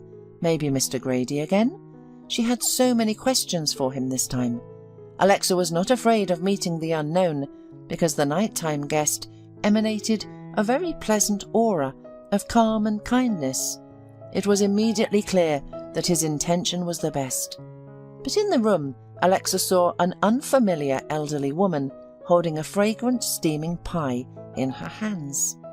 "Hi, I am your neighbour. My name is Matilda Nichols," the woman introduced herself. "I came to get acquainted. I brought a pie. If you have children, let them enjoy my raspberry pie. My grandchildren adore it." Alexa invited the kind neighbour to the table. The children quickly drank tea, swallowed the treat in a blink of an eye, and went about their business. And the adults talked for a long time. Mrs. Nichols explained in detail where everything was located in the village: the store, school, and kindergarten. She even revealed that there would be soon a vacant position at the post office, as her relative was going on a well-deserved vacation. If Alexa needed a job, she would vouch for her, and the babies would be easily admitted to the nursery. "By the way, have you found anything interesting here?" the neighbour suddenly asked. "No." Alexa decided not to reveal all her cards, just in case. "Someone must have beaten you to it. The owner, the father-in-law of your relative Rachel, had a valuable item, silver watches. They were given to him by a local landowner. John Grady loved them so much, cherished them like a memory, and bequeathed them to his son, but there was no one left to pass them on to. Rachel and her husband didn't have any children, so the precious watches stayed in the house. Many people in the village knew about it. When Rachel died, people started visiting the house, searching for relics. Nobody found the watches, even though the entire house was searched. But it seems that someone took them after all. Oh, John Grady, may he rest in peace, used to say that these watches would save someone's life. I don't know where he got that from, but he didn't even sell them during the toughest times." The neighbour left, and suddenly Alexa understood everything. The picture in her head was complete. Apparently, Mr. Grady loved his house very much. That's why his spirit came to meet the new owners, and he deliberately let Alexa find them so she could sell them and save her son. Then he appeared and told her about the value of the gift.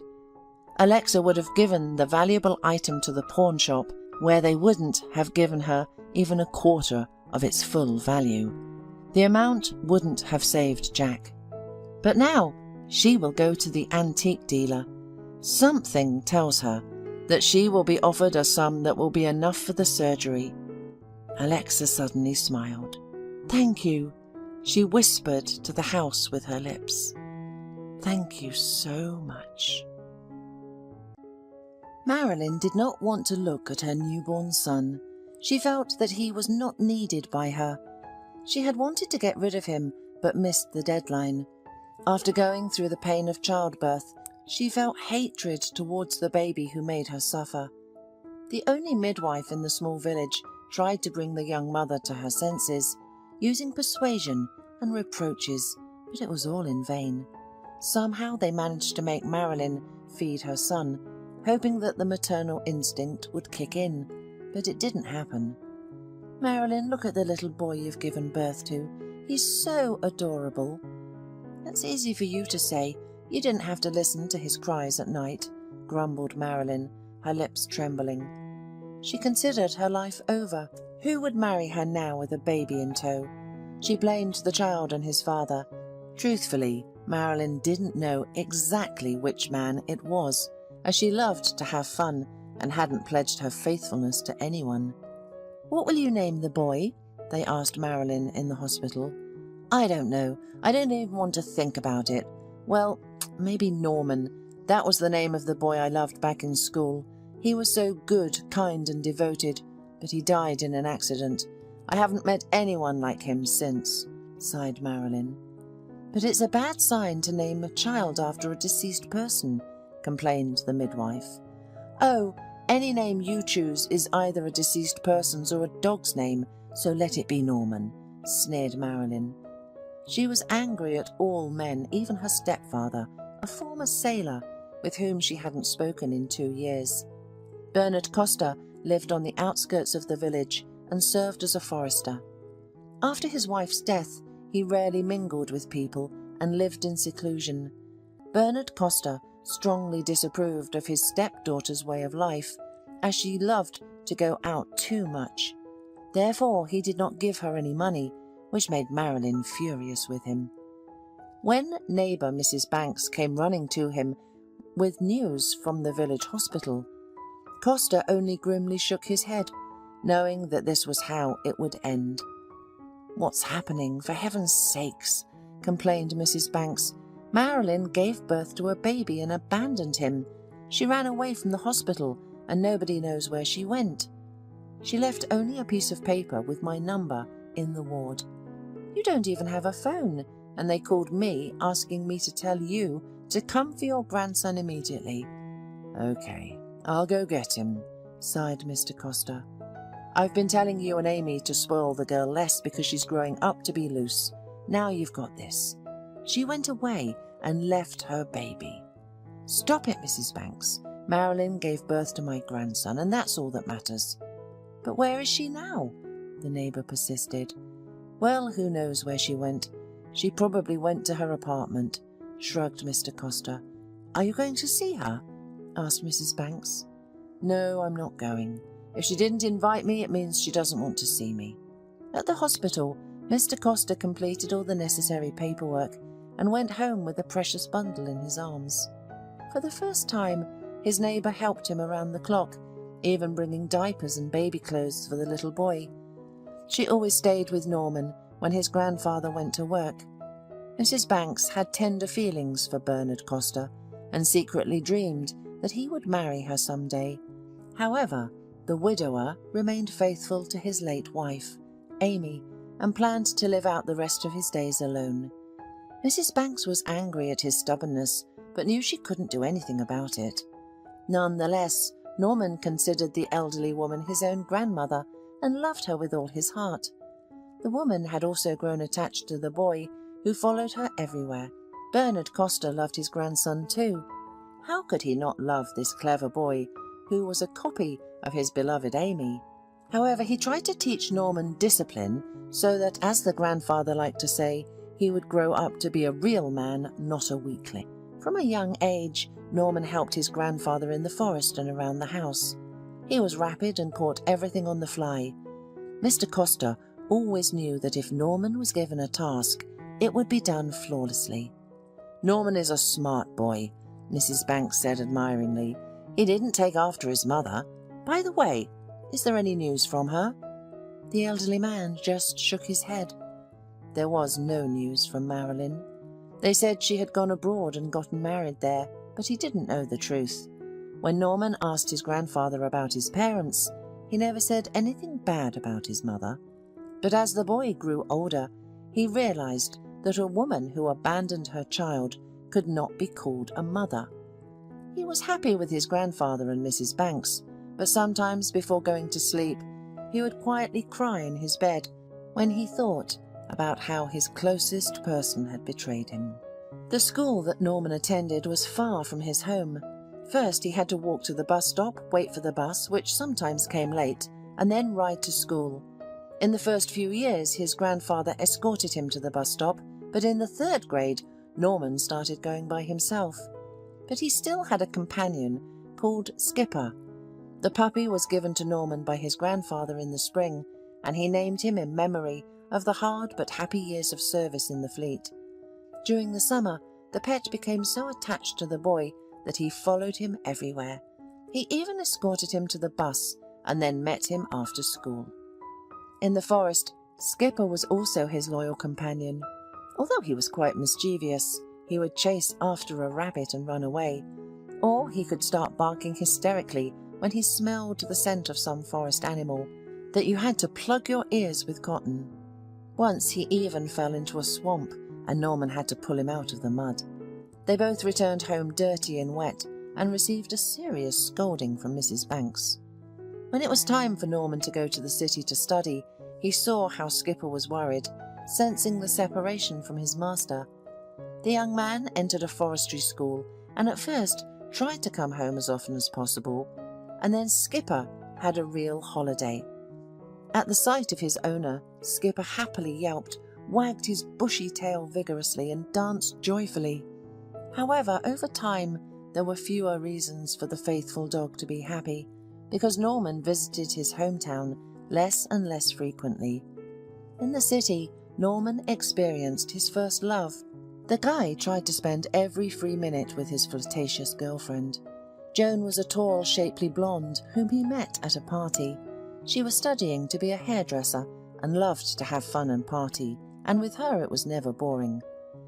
The stately but modest Norman caught the attention of a carefree girl who decided to shake things up with this country boy and invited him to dance at a friend's party. Norman blushed and felt shy, which amused Joan. She playfully laughed and flirted with him all evening, and in the end made it a fact that he escorted her home. Norman brought his friend Ross to the party, who noticed that Joan had her eye on him. Ross was from the same village as Norman. They had not been friends before because Ross was older, but when they met in the dormitory, they were delighted to see each other and became friends. The morning after the party, Ross knocked on Norman's door. Norman, who had not slept all night, was thinking about a beautiful Joan. Understanding his friend's condition, Ross warned him not to get involved with this girl. "Hey, buddy, she is too flighty and breaks guys' hearts. It's better to keep far away from her." But Norman brushed him off. All day, all his thoughts were only about Joan, and in the evening he gathered the courage to ask her out.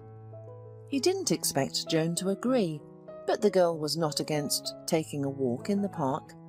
On the date, Joan behaved very modestly and was sweet and gentle. And Norman realized that Ross was just jealous of him, so he said mean things about the girl. When Ross tried to discourage Norman from these relationships again, the guys had a big argument. Joan had already spun the grandson of the forester's head, and he could no longer imagine his life without her. Norman studied and worked at the same time, so he was able to buy Joan a beautiful ring when he proposed. To his delight, the girl responded with consent and went with him to his hometown to meet his grandfather and Mrs. Banks. Skipper, Norman's dog, jumped for joy at the sight of his owner and began to bark loudly, trying to lick his owner's nose. He also intended to lick Joan, but the girl made it clear that she didn't like dogs. "They reeked of dogs and could ruin clothes or bite a leg," she said. Therefore she would prefer it if the dog did not leave the enclosure. They had to take the whining and resisting Skipper to the enclosure and lock him up there. Norman and Joan visited for 3 days, and all the while poor Skipper had to watch his beloved owner through the iron bars. At first, the dog waited for the main person in his life to open the door and play with him again. So when he saw him, he joyfully threw himself at the bars. But soon he realized that this would not happen. He began to whine pitifully and wag his tail on the ground when Norman passed by. The guy was so ashamed that he tried not to even look in the direction of his locked-up friend. Joan did not like Mr. Costa's modest home. The girl was capricious and pouted, and when Mrs. Banks asked her to help prepare lunch, she replied that she was not a cook or a chef. "But how are you going to feed Norman?" Mrs. Banks was surprised. "Norman is a grown boy. He will cook for himself. He'll even feed me. I'm not a maid, I'm a woman. And if Norman needs a housekeeper, let him find someone from the local girls," Joan retorted. "Look at this city girl," grumbled Mrs. Banks to herself, and went cooking alone. The elderly woman tried to talk to Norman about the bride, but the guy just waved it off. "Modern girls don't want to be housewives, and that's all right," he said.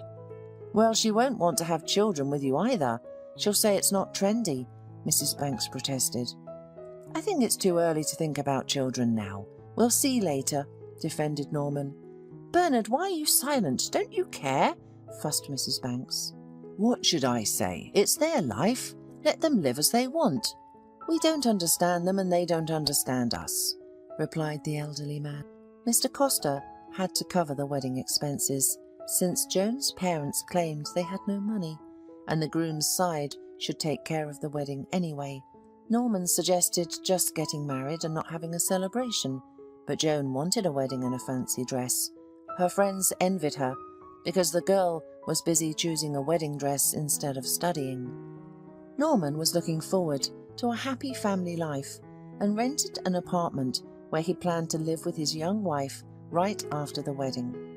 However, a week before the scheduled date, Joan disappeared. Norman called all his acquaintances, but no one knew where the girl went. Some really didn't know, while others just didn't want to talk because Joan was closer to them than Norman. Unable to bear it, the guy went to make peace with Ross, so he knew the guy was aware of all Joan's friends, so he must know something. Yes, I know where Joan is, and I wanted to tell you right away, but then I decided not to interfere in someone else's business. So, recently, a rich guy, Adam, started courting Joan. Gifts, restaurants, and night trips in his car. That's why Joan went with him. By the way, he lives in a settlement not far from yours. It's just that you have a backwater there, while they have an elite settlement away from the hustle and bustle of the city. Sorry, friend, but I warned you before, sighed Ross. So you know where he lives? Norman gritted his teeth. I do, but I won't tell you, so that you don't do something stupid. Fine, Norman replied. I'll find out from someone else.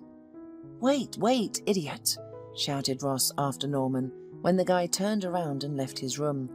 I'll tell you, but I'll come with you so that you don't do anything stupid. They're having a party tonight, so we'll get in without any problems. Just promise to keep a cool head and be reasonable. Norman agreed and they went. They didn't notice Joan among the guests at first, but as soon as Norman saw her in Adam's arms, he couldn't hold back and approached her.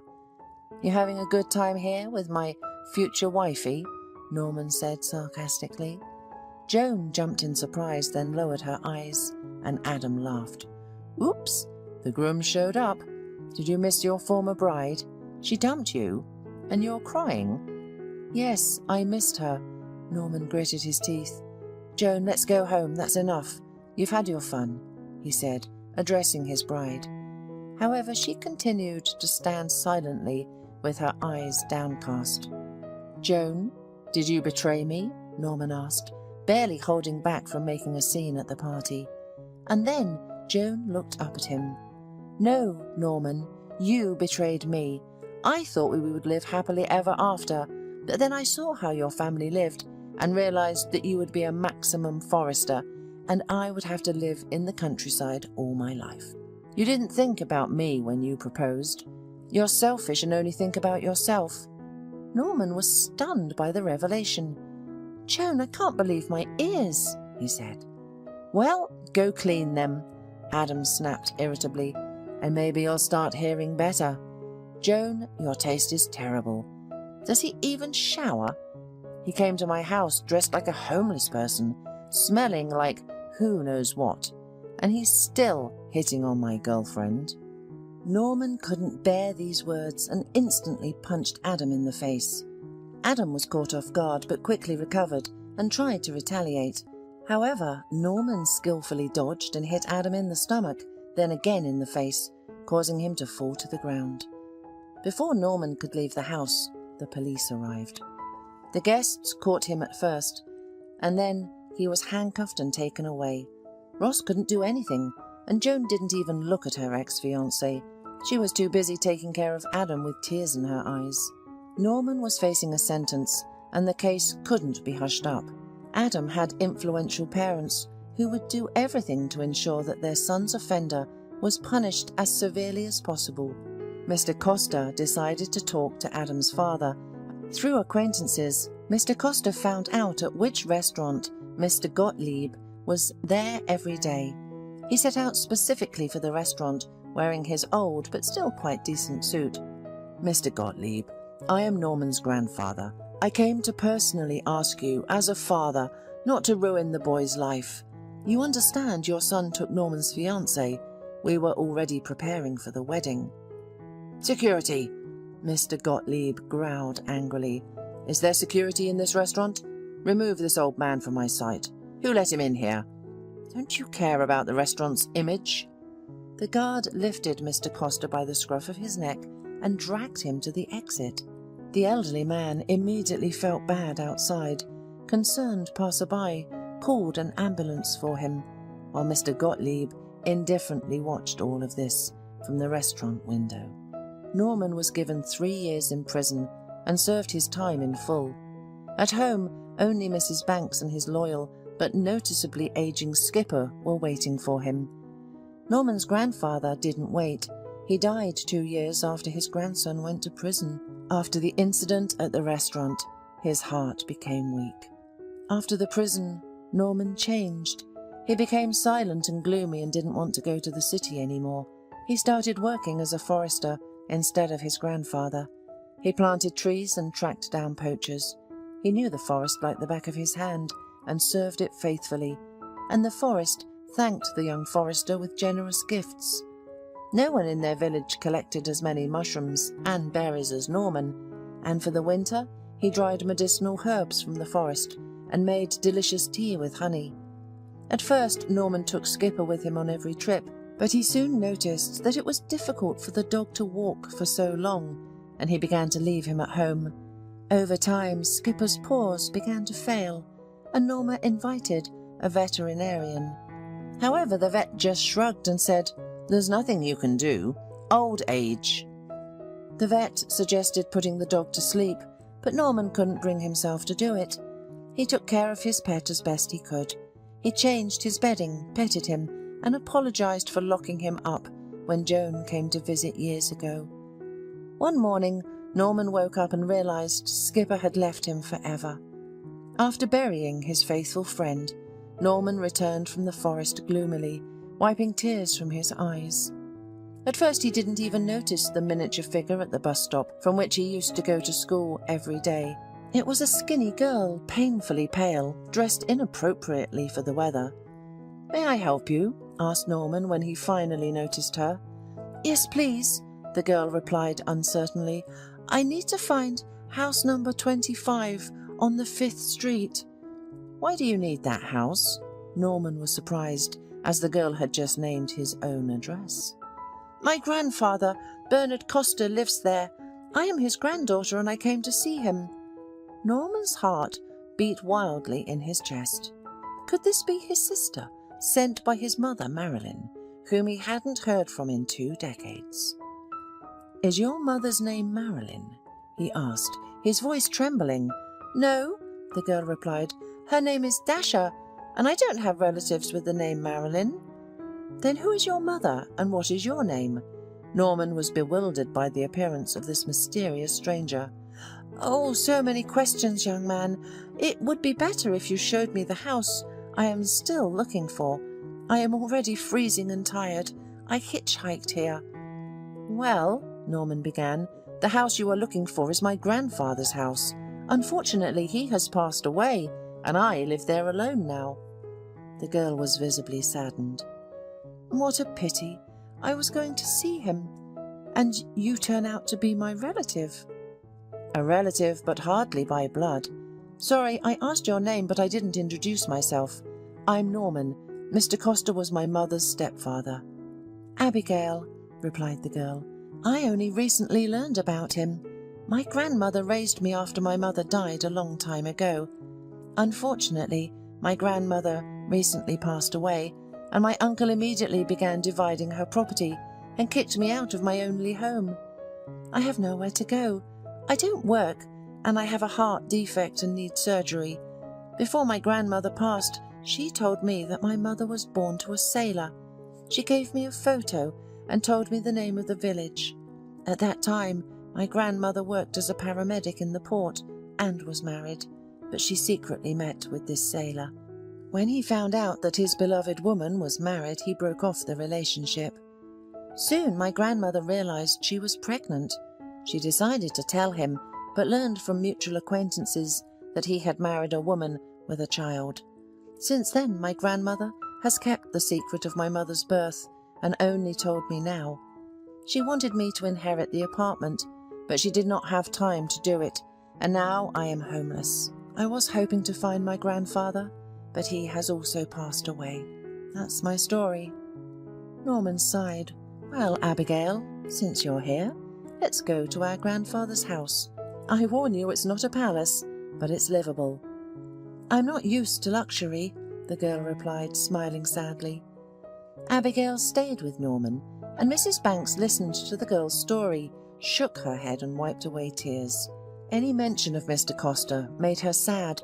However, Mrs. Banks liked Abigail. "She's a good girl," the old woman concluded.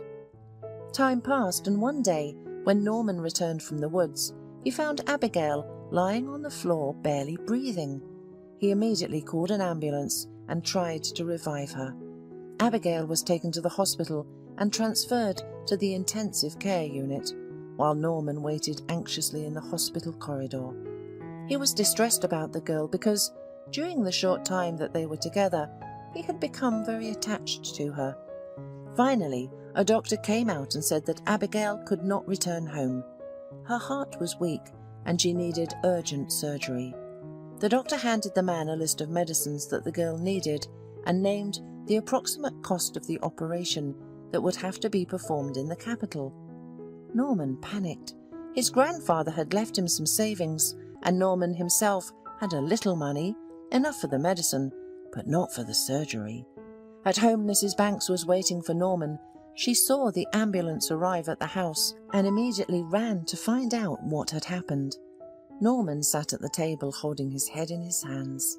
Mrs. Banks was frightened. "Did she die?" "No," Norman replied. "She's alive, but she needs an expensive operation. Otherwise, she'll die. I'm thinking about where I can get the money, and I need a lot. Maybe a loan of some kind, if they give it to me." Mrs. Banks thought for a moment, then stood up and said, "We'll think of something. She's Bernard's own granddaughter. We have to save her." The next day, when Norman returned from another visit to the hospital, the old woman came to him again, holding a package. "Here you go," she said, handing Norman the package. Norman opened it and was astonished. "Money? Where did you get so much, Mrs. Banks?" "Yes, I saved all my life, but I have no children of my own. I can't take it to the grave, and here is such a case. We need to help a good girl." Norman couldn't hold back his tears as he hugged the old woman and thanked her from the bottom of his heart. Now Abigail would be saved. The operation was successful, but the girl remained under the observation of doctors for a long time. Norman constantly visited her and could no longer hide that he was in love. Despite her illness, Abigail was a cheerful optimist. She loved to joke, even about her illness. "I always believed that after a storm caused by clouds, the sun would definitely come out," she said. "It was impossible not to fall in love with such a bright and beautiful girl." Even in the hospital, Norman proposed to Abigail, and the girl agreed. They got married a month after discharge. They decided not to have a big wedding, since there was no one special to invite. After the wedding, Norman made sure that his young wife did not overwork herself, and even tried to do simple household chores himself. "Norman, for our life together, you cooked more than I did," Abigail laughed. But this care was a joy for the man. Abigail found a common language with Mrs. Banks, and they spent winter evenings watching tearful melodramas, drinking tea with apple pie, and sympathizing with the constantly suffering heroes.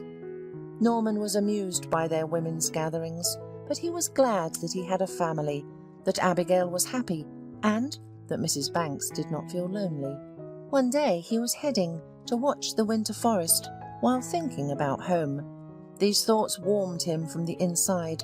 The snow creaked cheerfully under his feet, and the frost grabbed his cheeks. Norman spread food in moose feeders and headed towards the road.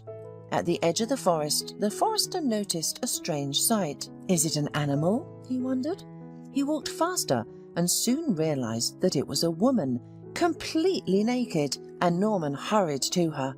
The woman was alive. She was shaking from the cold, sitting on her haunches and gasping for breath, visibly already at her last strength.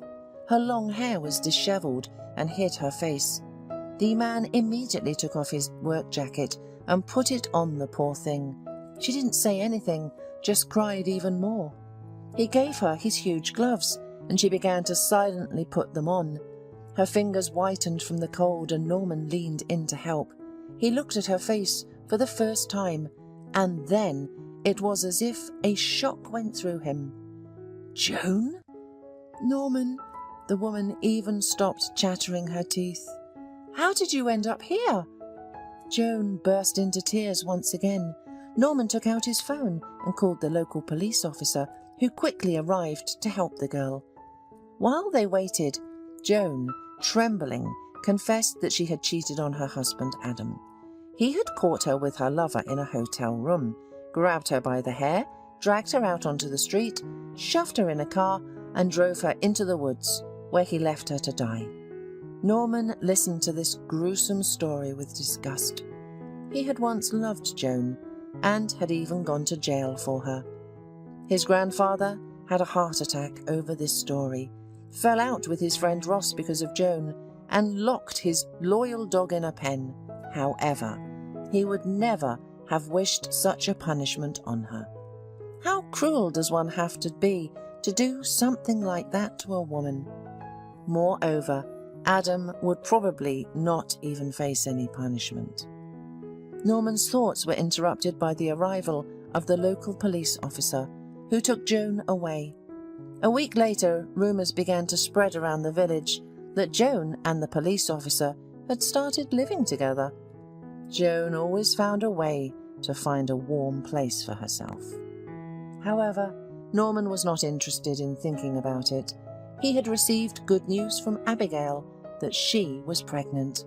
The young forester was thrilled about it, although he was worried about Abigail's heart.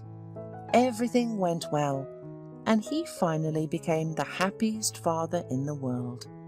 Abigail gave birth to a son, whom they named Bernard, after their grandfather. Rebecca sat in the kitchen, stirring sugar into her cup, contemplating the end of her marriage as she tapped her teaspoon. She had spent 24 years with her husband Sean, during which time she had grown to love him with her heart and body. He meant more to her than just a spouse. He was the person she trusted completely. Maybe that's the real reason for our divorce, she thought. I dissolved into Sean just like this sugar in my teacup, without a trace, as if I never existed. Rebecca had spent all this time living Sean's life, pushing her own interests to the farthest corner. She used to have many friends, go on hiking trips, and lead an active lifestyle with them. But with Sean's appearance in her life, everything began to revolve only around him. They met at a dance. Rebecca had just graduated from culinary college and got a job at a local chocolate factory. Somehow the young people immediately understood that they couldn't live without each other. Soon Sean proposed to Rebecca, but at the same time he put one condition. I want my wife to be a homemaker and take care of me, our home and our future children, he said. A careerist doesn't suit me. I think it's purely a male prerogative. So, if you intend to climb the career ladder and work from morning till night, instead of spending that time with your family, then we're not a match. That's how my father lived with my mother. My grandfather and great-grandfather too. I'm not going to change the established order. Combining family and work don't work. I'm warning you now so that we don't have misunderstandings and disagreements later. Either you accept this, or we break up. I agree, Rebecca confidently replied then, and she was sure she was doing the right thing. She didn't argue with Sean because she loved him with all her heart, and her relationship with him was more important than anything else. Soon the lovers had a modest wedding, and a month later, Rebecca learned that she was expecting a child. One after another, 3 daughters were born into the family. Rebecca enjoyed her profession as a pastry chef, but with 3 children, it had to be put on hold. And this fact did not particularly depress her, because family values were always a priority for her. Nevertheless, the lessons at culinary college weren't entirely in vain. The skills she gained came in handy in the household. She often treated her loved ones and guests to various homemade pastries, and, without false modesty, It could be said that her New York cheesecake, Black Forest cake, or lemon eclairs were much better than store-bought ones. At every family celebration, Rebecca prepared something special. Her baking invariably became the main treat at all her daughter's school activities. "Your food is always so delicious. It's evident that it's cooked with heart. And most importantly, the homemade ingredients are natural, no chemicals, taste enhancers, or other harmful additives. That's such a rarity these days." The parent committee members and teachers always praised Rebecca. Cooking helped Rebecca relax and relieve stress. It was a kind of meditation for her. She belonged to the category of people who fear change anywhere, but not in their own kitchen. In ordinary life, Rebecca was an indecisive woman, but at the stove, she transformed into a fearless innovator who loved to experiment and discover something new. Rebecca and Sean lived well, peacefully and harmoniously. There was warmth, trust and love between them. Each of them fulfilled perfectly their assigned roles, he as the breadwinner and she as the homemaker. Rebecca always felt that their marriage was strong and exceptionally successful. Years went by, the children grew up, started their own families, and flew away from the parental nest. That's when Sean suddenly changed. Rebecca began to notice unpleasant changes in her husband. Once, when her husband was getting ready for work, she brought him a freshly ironed shirt. Sean took it in his hands, scrutinized it critically from all sides and frowned. "What kind of old stuff is this? Why don't you throw it away? This model is no longer in fashion. I need to buy a new one," he said. "What do you mean, old stuff, Sean? I gave it to you a couple of months ago," Rebecca said, surprised. The husband nervously threw the shirt on the floor. "Only old men wear this kind of thing. Everyone in our office is dressed to perfection, and I, thanks to my wife's lack of taste, have to wear all kinds of junk," Sean quipped. "Well, but you said you liked it," Rebecca said, biting her lip. "That means I didn't look at it properly," Sean said irritably. "This shirt is useless. You can use them as rags. I won't wear it. I'm ashamed to wear something like this to work." Rebecca didn't blow things out of proportion and wisely kept quiet, blaming her husband's mood on stress. "Sean has a lot of work lately. He often stays late and is just tired. He's overworked and overwrought," she reasoned. On Friday they took their grandson and went to the summer house. And at the end of the day, as usual, they sat side by side on the porch to have a cup of tea. While their grandson was swinging on the swings, Rebecca told Sean about a funny incident that happened to her at the supermarket the day before. Sean nodded, but Rebecca felt that he wasn't listening. And even though her husband was sitting next to her, mentally he was somewhere very far away. "What are you thinking about? Work?" she asked. "Listen, why don't you go to the gym or do some yoga?" her husband unexpectedly asked. Rebecca burst out laughing. "Sean, come on, what? Yoga? Children, grandchildren, cooking, housework, gardens, and in the fall, there's canning, pickling and jam making. That's my fitness. So many chores. I have to keep turning around." But judging by her husband's gloomy expression, Rebecca realized that he didn't find her response amusing at all. "Is that all you're interested in?" he asked seriously. "Well, not everything. I love movies, books and music," Rebecca began to explain. "What kind of books?" interrupted Sean. "Those cheap, sentimental and primitive romance novels?" "Why primitive? Don't generalize. There are different kinds of books." Rebecca tried to defend herself. "And what do you get from them? Tell me, what do you gain from reading them?" Sean grew more agitated. "We've been sitting here for half an hour and we haven't even had a proper conversation. You're telling me all this nonsense about the store, thinking that anyone else besides you is interested." His words hurt Rebecca's heart. Tears welled up in her eyes, and she made every effort not to cry in front of her grandson. Oppressive silence hung in the air for what seemed like an eternity to Rebecca. Sean finished his cigarette and left the house without a word. That night, Rebecca couldn't sleep. What's happening to him? She wondered. Why did he talk to me so disdainfully? Has he stopped loving me? The next day, Sean acted like nothing had happened. He played with his grandson, helped his wife in the garden, and everything seemed normal. But Rebecca's heart was still uneasy. She felt that something was wrong, and as it turned out, she was right. The weekend was over, and the couple returned home. On Monday evening, Rebecca prepared dinner for Sean's arrival, but he called her on his mobile and warned her that he would be late at work. "Don't wait for me, don't set the table. I'll eat at the office. Go to bed, I'll probably be late," he said. Rebecca couldn't calm down because she felt that her husband was lying. Her intuition told her that he was anywhere but at work. After an hour of agonizing thoughts, she finally decided to call Sean's office directly.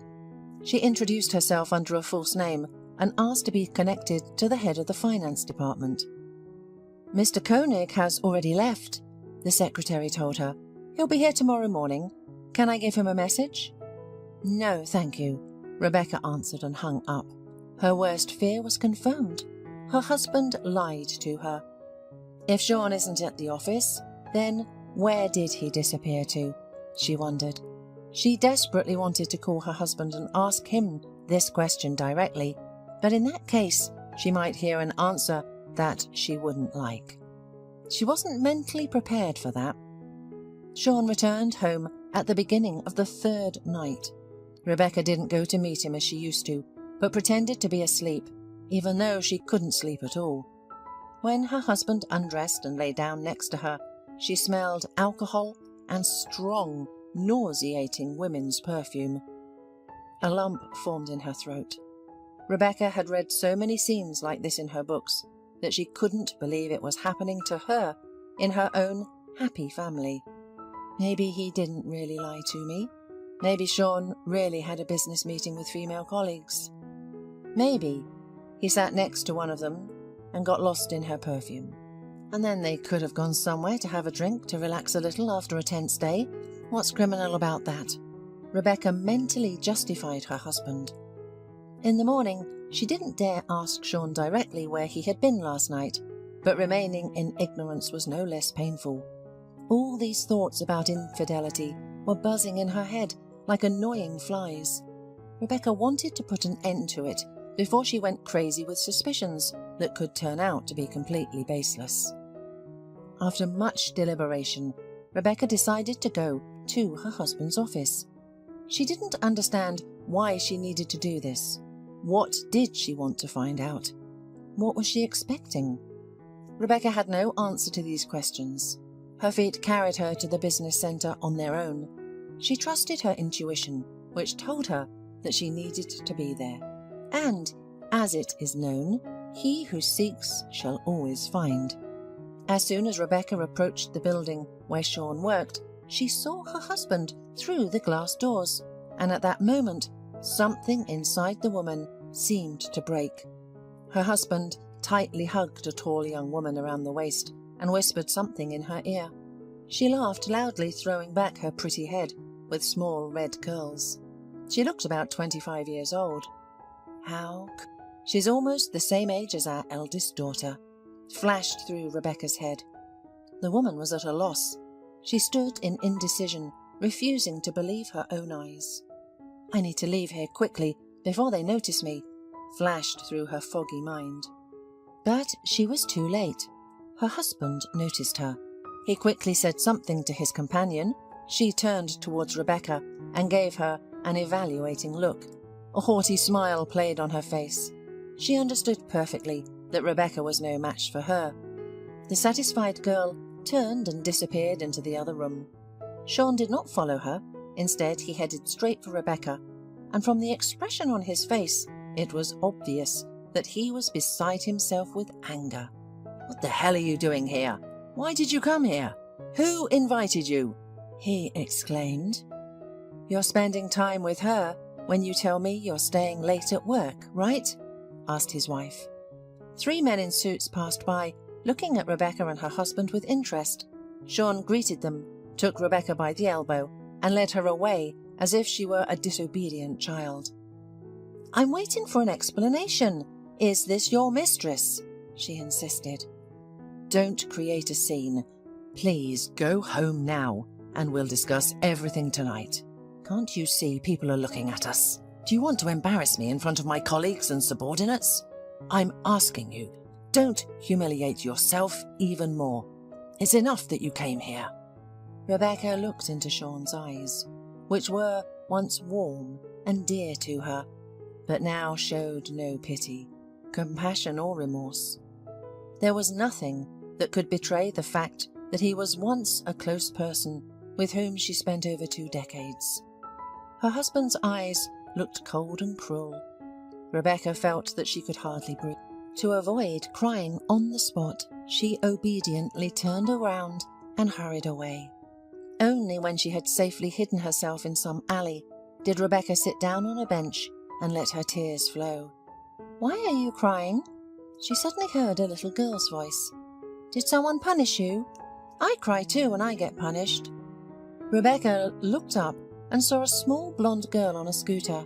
"No, little one," Rebecca answered her. "Something very unpleasant happened in my life." "My grandma says that everything happens for a reason," said the little girl, and then she rode away on her scooter. Rebecca walked home. In the evening, her unfaithful husband came. She noted to herself that, for the first time in months, he did it on time and didn't stay for a minute at work. But instead of explanations, Sean opened the closet and began packing his things. "What are you doing?" the bewildered wife asked. "What does all this mean? Are you leaving me?" "Our children have grown up and there's nothing left between us," Sean said. "It's over. We loved each other, but it's gone. However, I still want to live. Do you understand? Don't I have the right to be happy, after all?" he asked, packing his suitcase. "What about me?" Rebecca cried out. Those words slipped out of her unconsciously and hung in the air, like a beggar's outstretched hand. Sean paused for a moment in the doorway and looked condescendingly at his wife. "Rebecca, you're a good woman. I'm truly grateful to you for the years we spent together and for our wonderful children. We've gone through a long and difficult journey together, but everything comes to an end. Now our paths diverge, and we can't give each other anything more. I hope you'll meet a worthy man who can appreciate you properly," Sean dryly said, and slammed the door behind him. Rebecca was left alone in an empty apartment and had no idea how to live on. Everything lost its meaning overnight. It's scary to even imagine what would have happened to her if it weren't for her children and grandchildren. Rebecca's sons-in-law took a neutral position in this situation and tried not to comment on what was happening, and her daughters supported their abandoned mother and scolded their deceitful father. "No fool like an old fool," sighed the eldest daughter. "He needs to think about his soul. He's fixated on this gold digger," added the middle daughter. "I suggest we boycott him and not speak to him until he comes to his senses," the youngest suggested. "He left me, not you," Rebecca remarked, "and you shouldn't blame him. They say that in a breakup both parties are always at fault. Maybe I really did dissolve into your father too much. He was everything to me. I lived for his interests, forgetting about my own. Who was I to him all these years? A maid, a cook, a nanny? Anyone but a woman. I'm to blame for that. I turned into a shadow of myself. But Mum, you didn't sit around twiddling your thumbs. You raised 3 children, the daughters reminded her. After you grew up, I should have picked myself up and moved on, she sighed. Mum, stop blaming yourself, the eldest daughter said. You're definitely not at fault for someone else's promiscuity. You were a wonderful wife to Dad. He'll regret it. Indeed, the middle daughter agreed. You're one of a kind. You're kind-hearted and loyal. And you cook so well that it's finger-looking good, the youngest daughter added, changing the tone to flattery. Traditionally, the way to a man's heart is through his stomach. Probably your father's stomach was tired of my cooking, no less than Sean was tired of me, Rebecca noted sadly, and now he wanted to try something spicier. In Rebecca's opinion, That's precisely how her husband's new colleague was. Bold, vibrant and decisive, used to getting everything she wanted in life and not knowing the word no. Perhaps she became like a breath of fresh air in a stuffy room for him, like an exotic dish after eating homemade dumplings, Rebecca reasoned. Maybe he was drawn to her individuality, imagination, burning eyes, everything that I no longer have. At what point did I get stuck in this swamp called domesticity? I too should have found a hobby. For example, to take up Latin American dances, painting, or at least enroll in a motor school, or learn a language. Maybe then Sean would stop seeing me as a cleaner and nanny, and finally, under the layer of flour, dust and baby powder, he would see personality, individuality. Rebecca blamed herself and waited for Sean, thinking he would return. The woman had already decided for herself, if he came back repentant, she would forgive him. She would not look back. But they would live differently now. She would prove to him that she was better than that other woman.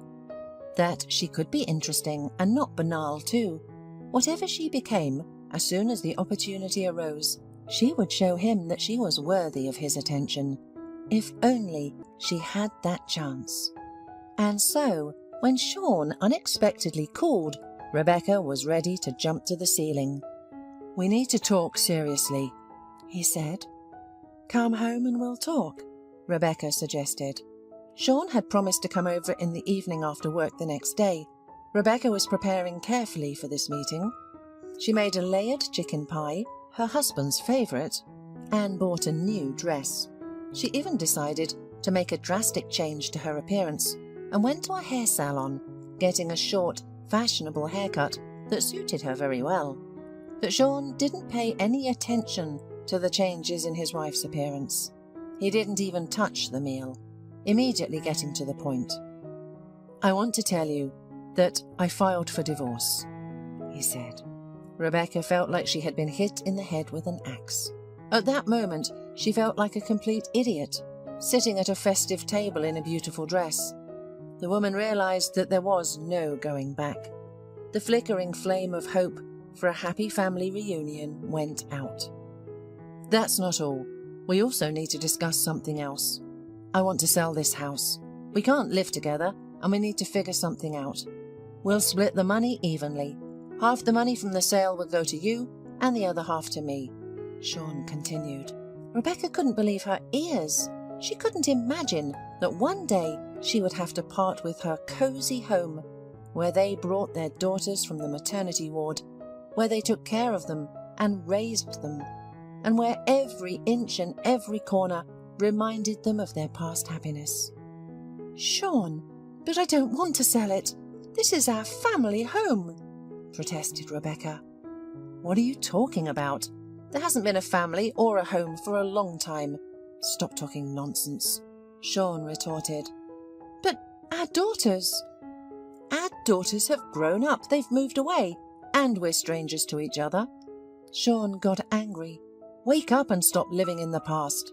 I'm starting a new life, and I strongly recommend you do the same. We're getting a divorce. I'm putting the house up for sale, and that's not up for discussion anymore. Be thankful that I'm not throwing you out on the street, since you haven't earned a penny.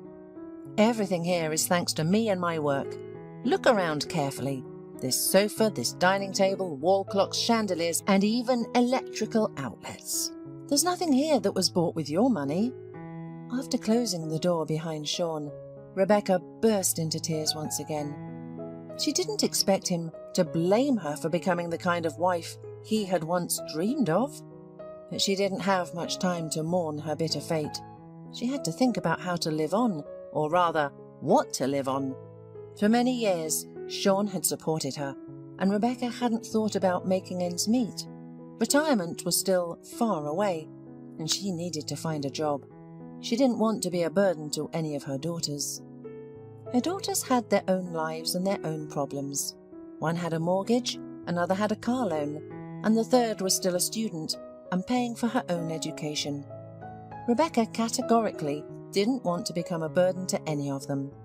She didn't have much choice, so she decided to return to the confectionery factory where she used to work. So the next day, Rebecca went straight to the personnel department. "I'm sorry, but I can't offer you anything," said the stern woman in glasses. "Why not?" Rebecca was surprised.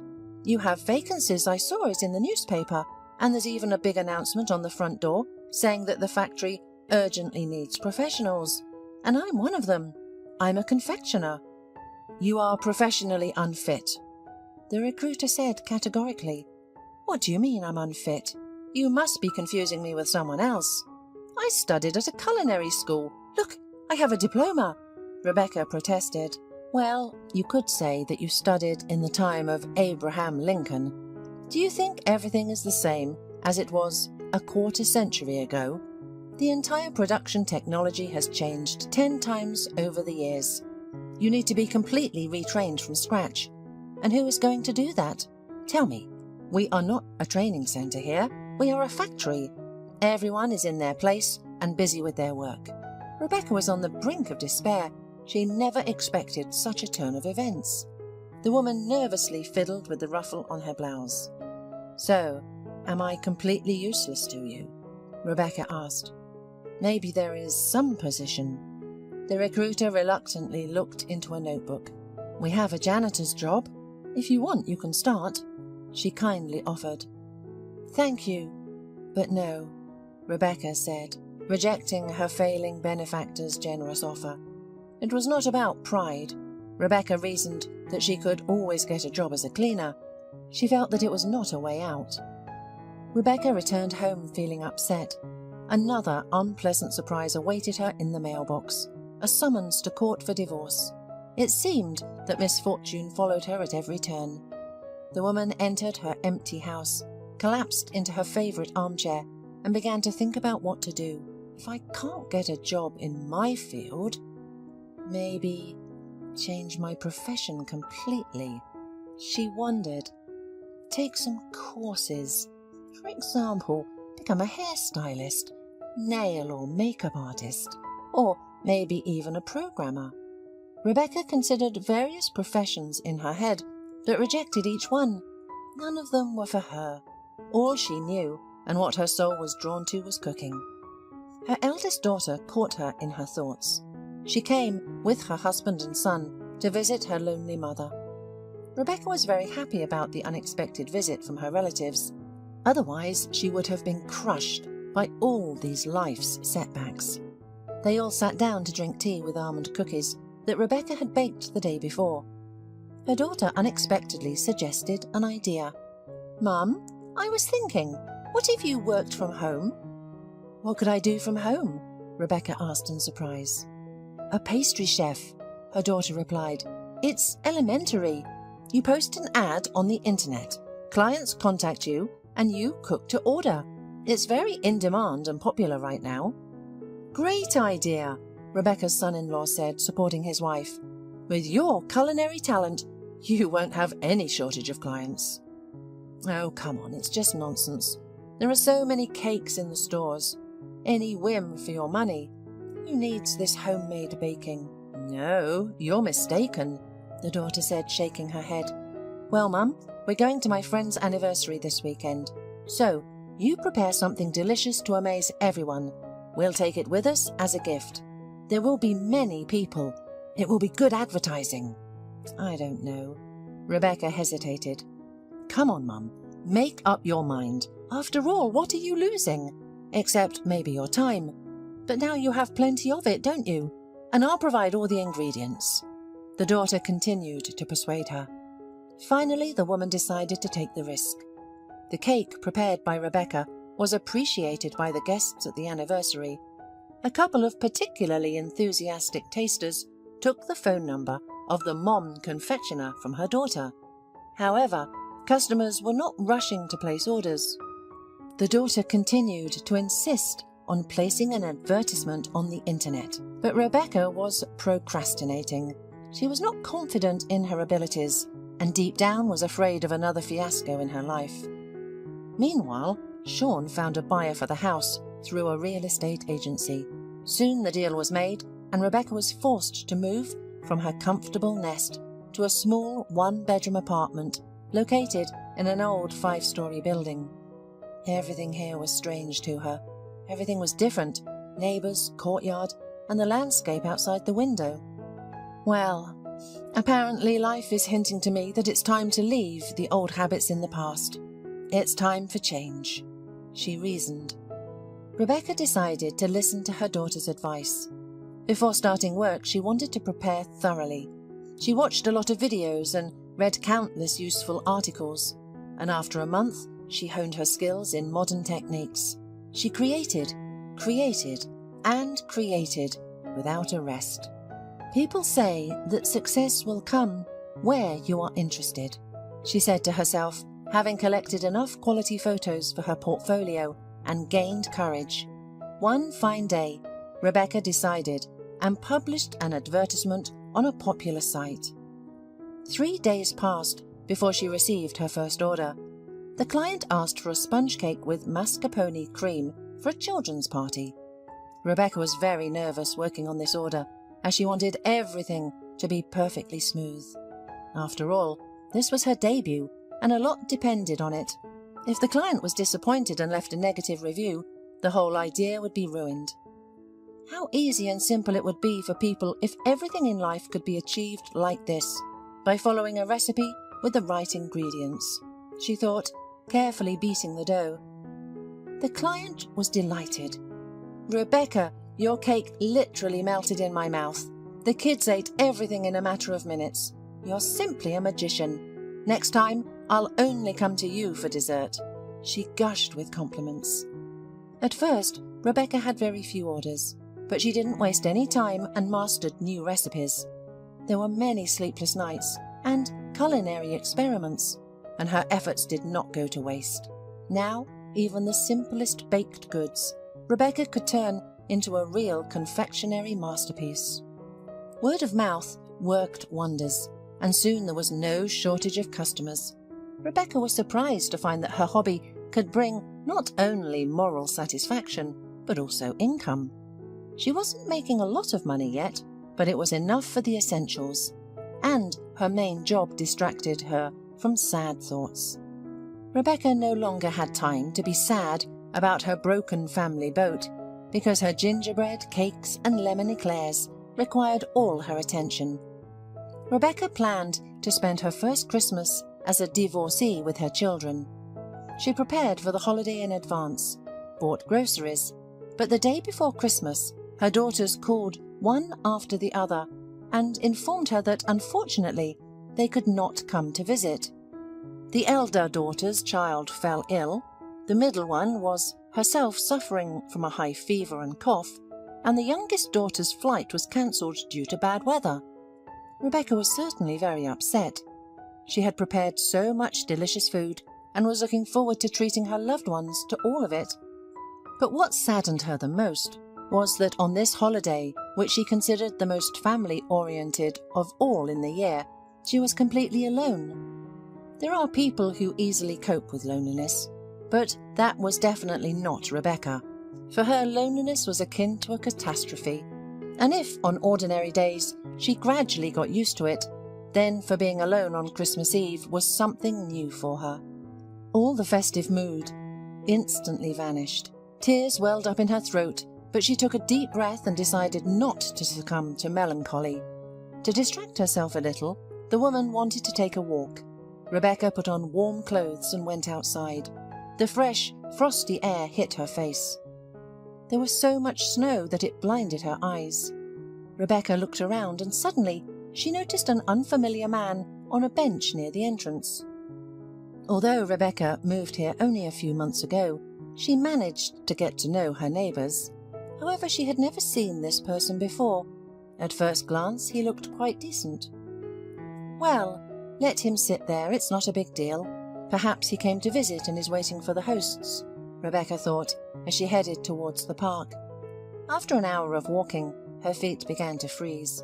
She decided to put an end to her promenade and return home. To her surprise, the stranger was still sitting on the bench. "What is he doing outside for so many hours?" wondered the woman. "And isn't he cold, sitting in the frost for so long? It's not May outside." Rebecca took out the key to the intercom to open the door. The man rose from his seat and walked towards her, evidently intending to enter the building. Rebecca was cautious and blocked his path, asking, "Which apartment are you from, sir?" The man looked confused and stammered, "Apartment 40. "You're lying. No one lives in 40th, Rebecca replied. The man shamefully lowered his gaze. "I'm sorry, you're right, I lied to you. I just got cold and wanted to warm up a little," he confessed. "I know people like you. They showed it on the news. Last week they warmed up somewhere and then robbed off the whole floor," Rebecca said, but immediately regretted her careless words. The man did not look like a thief at all. On the contrary, he had a very intelligent appearance, a neat beard, a well-groomed moustache. But what touched the woman the most were his eyes, full of sadness. "I'm so cruel I offended a person," thought Rebecca, feeling a pang of conscience. Who knows what sorrow he had, and here I am with my suspicions. "Okay, come in," she said loudly, giving up. "But keep in mind, I remember you well, and if something happens, I can describe it in great detail." "Thank you, but believe me, my photo robot won't need anyone," the stranger assured her.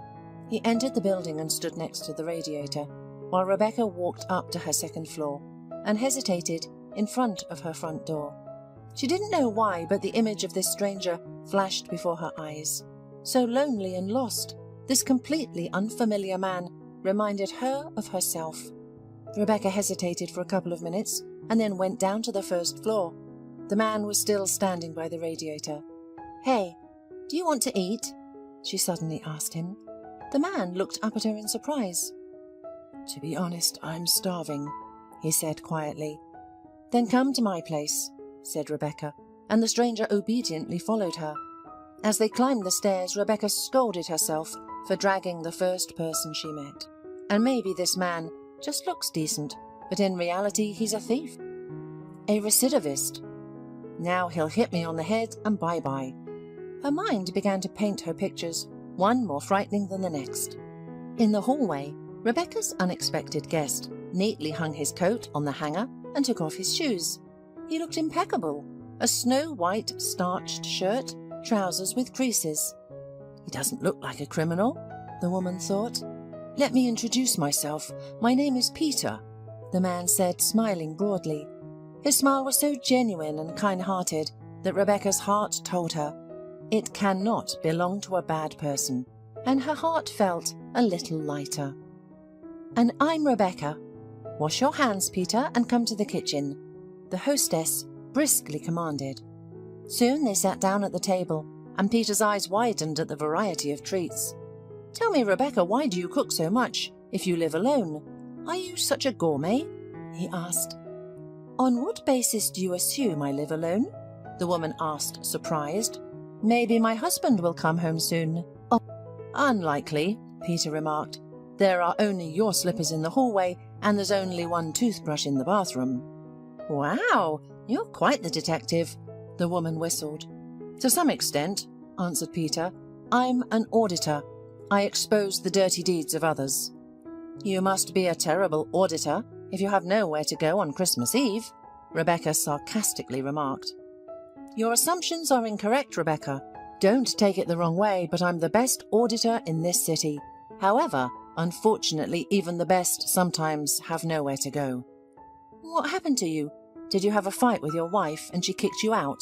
the hostess guessed. "Once again, you're wrong. I had a wonderful wife, but she passed away 2 years ago, and our only son recently got married and brought his young wife into the house. Honestly, I'm not a confrontational person, but I can't stand untidiness. I'm used to cleanliness, not only in documents and balance sheets, but also around me, and my daughter-in-law turned out to be so wayward, doing nothing all day but painting her nails and being on the phone.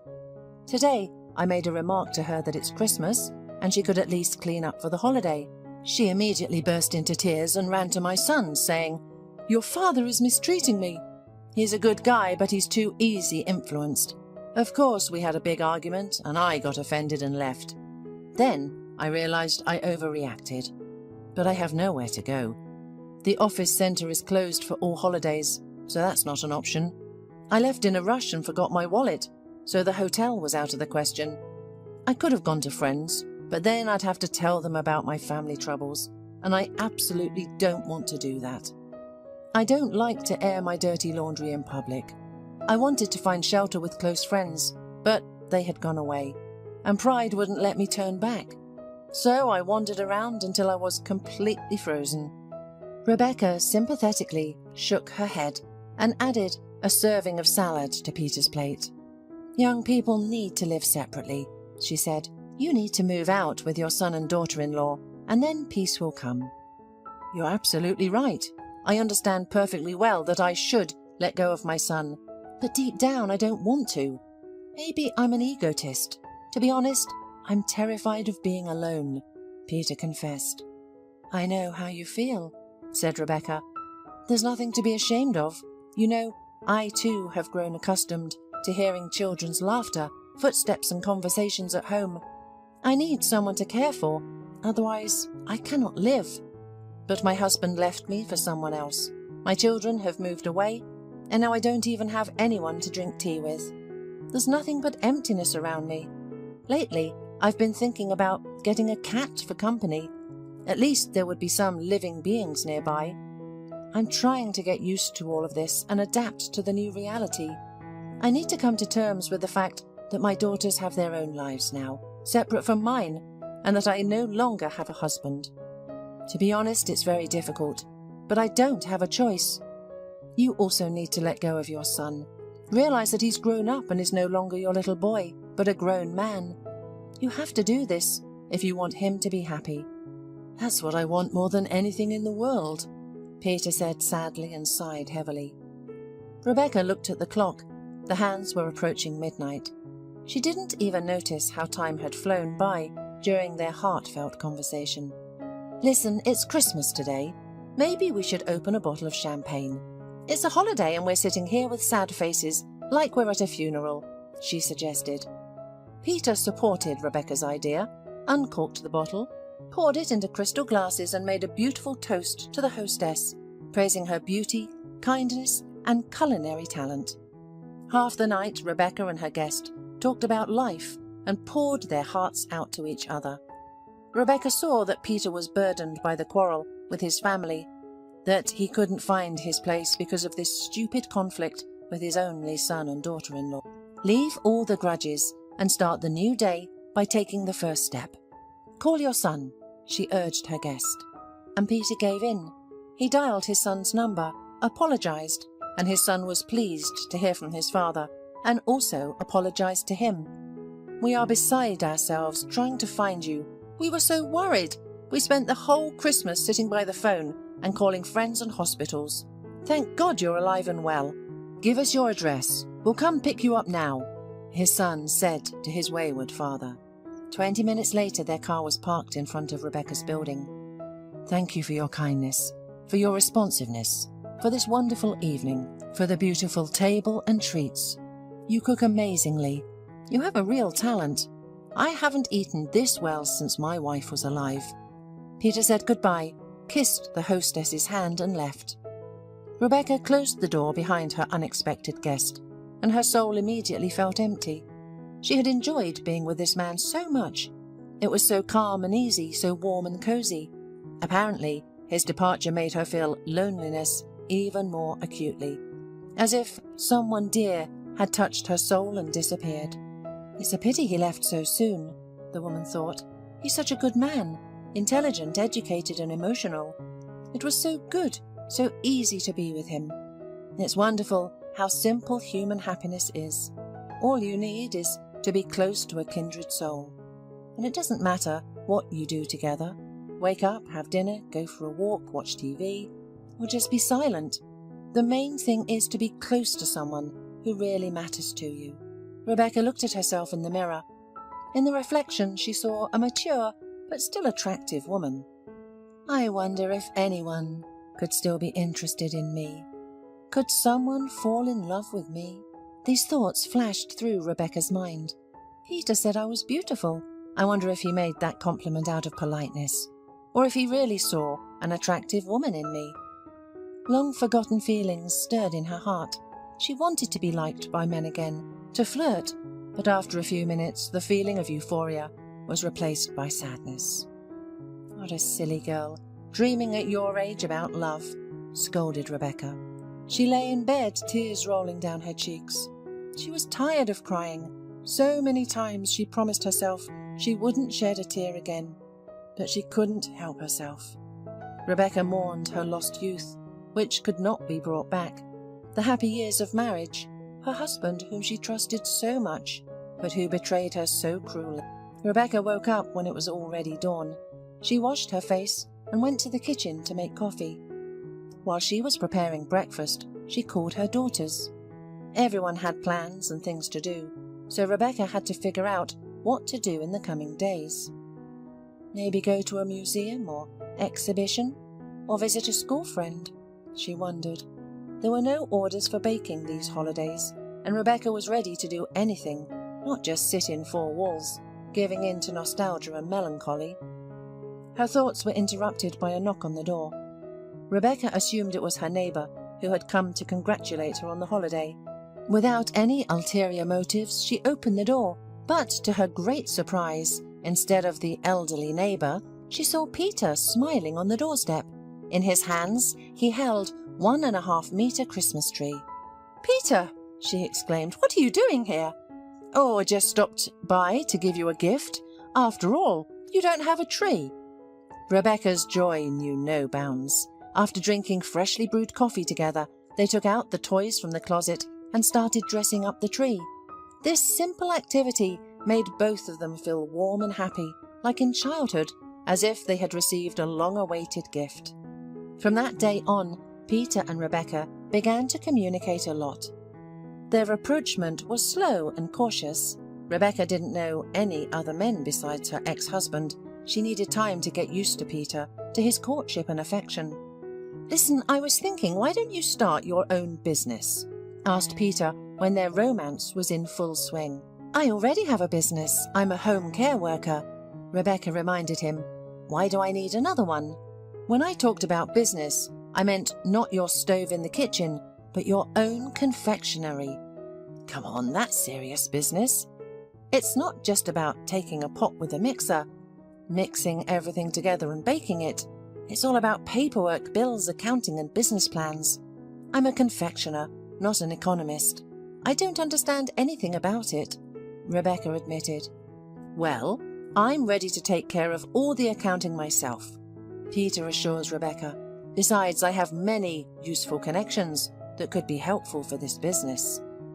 But besides that, we need to find a suitable place, purchase ingredients and equipment. All of this costs a lot of money, and I don't have it," Rebecca admits. "You don't have to, but I do," boasts Peter. "Have you forgotten who you're talking to? I'm the best auditor, and my work is generously paid. I've managed to save up a tidy sum lately, so why let it just sit there?" "Well, Peter, I can't just take your money. It's impossible," protests Rebecca. "Okay. If you don't like that idea, let's become partners," the man suggests with a smile. "But what if it doesn't work out? What if we fail and go bankrupt?" Rebecca worries. "In that case, you'll lose all your savings because of me. I'll never forgive myself for that." "I'm sure our business will be successful. Can't your cakes leave anyone indifferent?" Eventually, Rebecca accepts Peter's daring idea. But before putting it into action, she decides to strengthen her skills. She is no longer satisfied with the knowledge she possesses. She thirsts for development and improvement. Rebecca decides to become one of the best, if not the best, in her field. She enrolls in various culinary masterclasses in her city and beyond. There, she meets interesting recipes and craftsmanship secrets from professionals from all over the world, just as obsessed with pastry as she is. After a year of careful preparation and hard work, Rebecca and Peter open their own pastry shop with freshly baked gingerbread cookies, gingerbread, donuts, cakes with various fillings, chocolate muffins, and so on. The pastry shop was still minimal, but Rebecca was terribly proud of her first creation. Things were going up. The pastry shop was extremely popular among the population, and soon Peter suggested to Rebecca to open several more of the same pastry shops in other areas of the city. "I believe that we shouldn't stop at what we've achieved. We need to expand. I suggest organizing a whole family network," he said with a smile. "A family network?" The woman was surprised. "Yes," he nodded, "because I want you to become my lawful wife. Say yes to me, and you'll make us the happiest people in the world." "It seems like I have no other choice." "I agree," Rebecca exclaimed joyfully and threw herself into her beloved's arms. This was Rebecca's second marriage, just like Peter. They had planned a quiet registration, but their children insisted on a celebration. The bride and groom had to agree, especially since they could afford to have a lavish party. Preparations for the wedding celebration were in full swing. Peter and Rebecca rented a restaurant, arranged for a questionnaire, hired a host, photographer, and sent invitations to guests. Rebecca didn't want to wear a white dress at her age, so she decided to appear at her party in an elegant sky blue suit that she saw on the cover of a fashion magazine. She found a suitable studio to sew the same one on time. She was coming home from a fitting when her mobile phone vibrated. She thought it was someone calling about a salesperson vacancy for her new confectionery, but, to her surprise, she saw her ex-husband's number on the screen. "What do you want?" she asked. "I heard you're now a businesswoman," he said smoothly. "You opened your own pastry shop. Who would have thought that you, a housewife, would become an entrepreneur? Honestly, I'm amazed. I didn't expect that from you. Congratulations." "Thank you," Rebecca replied. "I, too, didn't expect many things, but life changes everything, as you can see." "Unfortunately," Sean remarked. "Why unfortunately?" "Because not all changes make us happy." "You mean you're not happy?" Rebecca clarified. "Yes, exactly. I am deeply unhappy," Sean admitted quietly. "What about your new love? You were so in love with that girl?" "We broke up. Or rather, she left me. She used me to advance in the company and left me after achieving her goals and acquiring the necessary connections. So you can gloat about it." "I have no desire to do that. All I can do is sympathize with you," Rebecca replied. "I made a big mistake, and I admit it," Sean said and sobbed into the phone. Rebecca didn't know what to say. There was an awkward pause. Gathering courage and thoughts, Sean said, "Let's start over." "What?" Rebecca was surprised. "What do you mean? Are you suggesting that we get back together again?" "Why not? After all, we have so much in common. We lived side by side for more than 20 years. You, me, our children and grandchildren. We will all be together again, as one big happy family. Everything will be the same as before." "All of this is good, of course. Family, children, grandchildren. The thing is, I don't want it to be as if it were before." Rebecca interrupted him. "I am pleased with my new life, and I don't want to go back to the past. Every day now is bright, fulfilling, interesting and productive. I feel like a full participant in the game, not sitting on the bench like during our marriage. Remember what you told me when you left. We can't give each other anything anymore." "Well, you know, I entirely agree with you. Our paths have diverged and will never converge again. You wished for me to find someone who would appreciate me. And I am very lucky. I am now with such a man, and I am going to become his wife soon." "You mean you're getting married?" "Don't make me laugh. At your age?" Sean sadly smirked. "I am at a wonderful age. Believe me, it is never too late to be happy," Rebecca replied with a smile. "You're saying all of this just to spite me because you're angry with me. And let's not lie. I apologize for what I have done to you. I made a massive mistake." Rebecca had been waiting for these words for so long. How many times had she imagined this moment of truth in her fantasies? And when it actually happened, she felt no joy or triumph of justice. absolutely nothing. She simply didn't care. "No, you're wrong," Rebecca replied to Sean. "I'm not angry with you at all. I'm even grateful to you for your treacherous act. If you hadn't left me and forced me out of my comfort zone, I would never have known that there was something more to life than cooking, cleaning and vacuuming. I lived for many years at your expense, and now I am an independent, self-sufficient woman who doesn't need to ask permission to buy something. I decide for myself how much money to spend and on what, and I really like it. Goodbye." Rebecca pressed the hang-up button and couldn't help but smile. She remembered the little girl on the scooter. Now she was absolutely sure that everything that happened in our lives was for the best, and even the bitterest disappointments can turn into happy new encounters and crushing defeats into brilliant victories.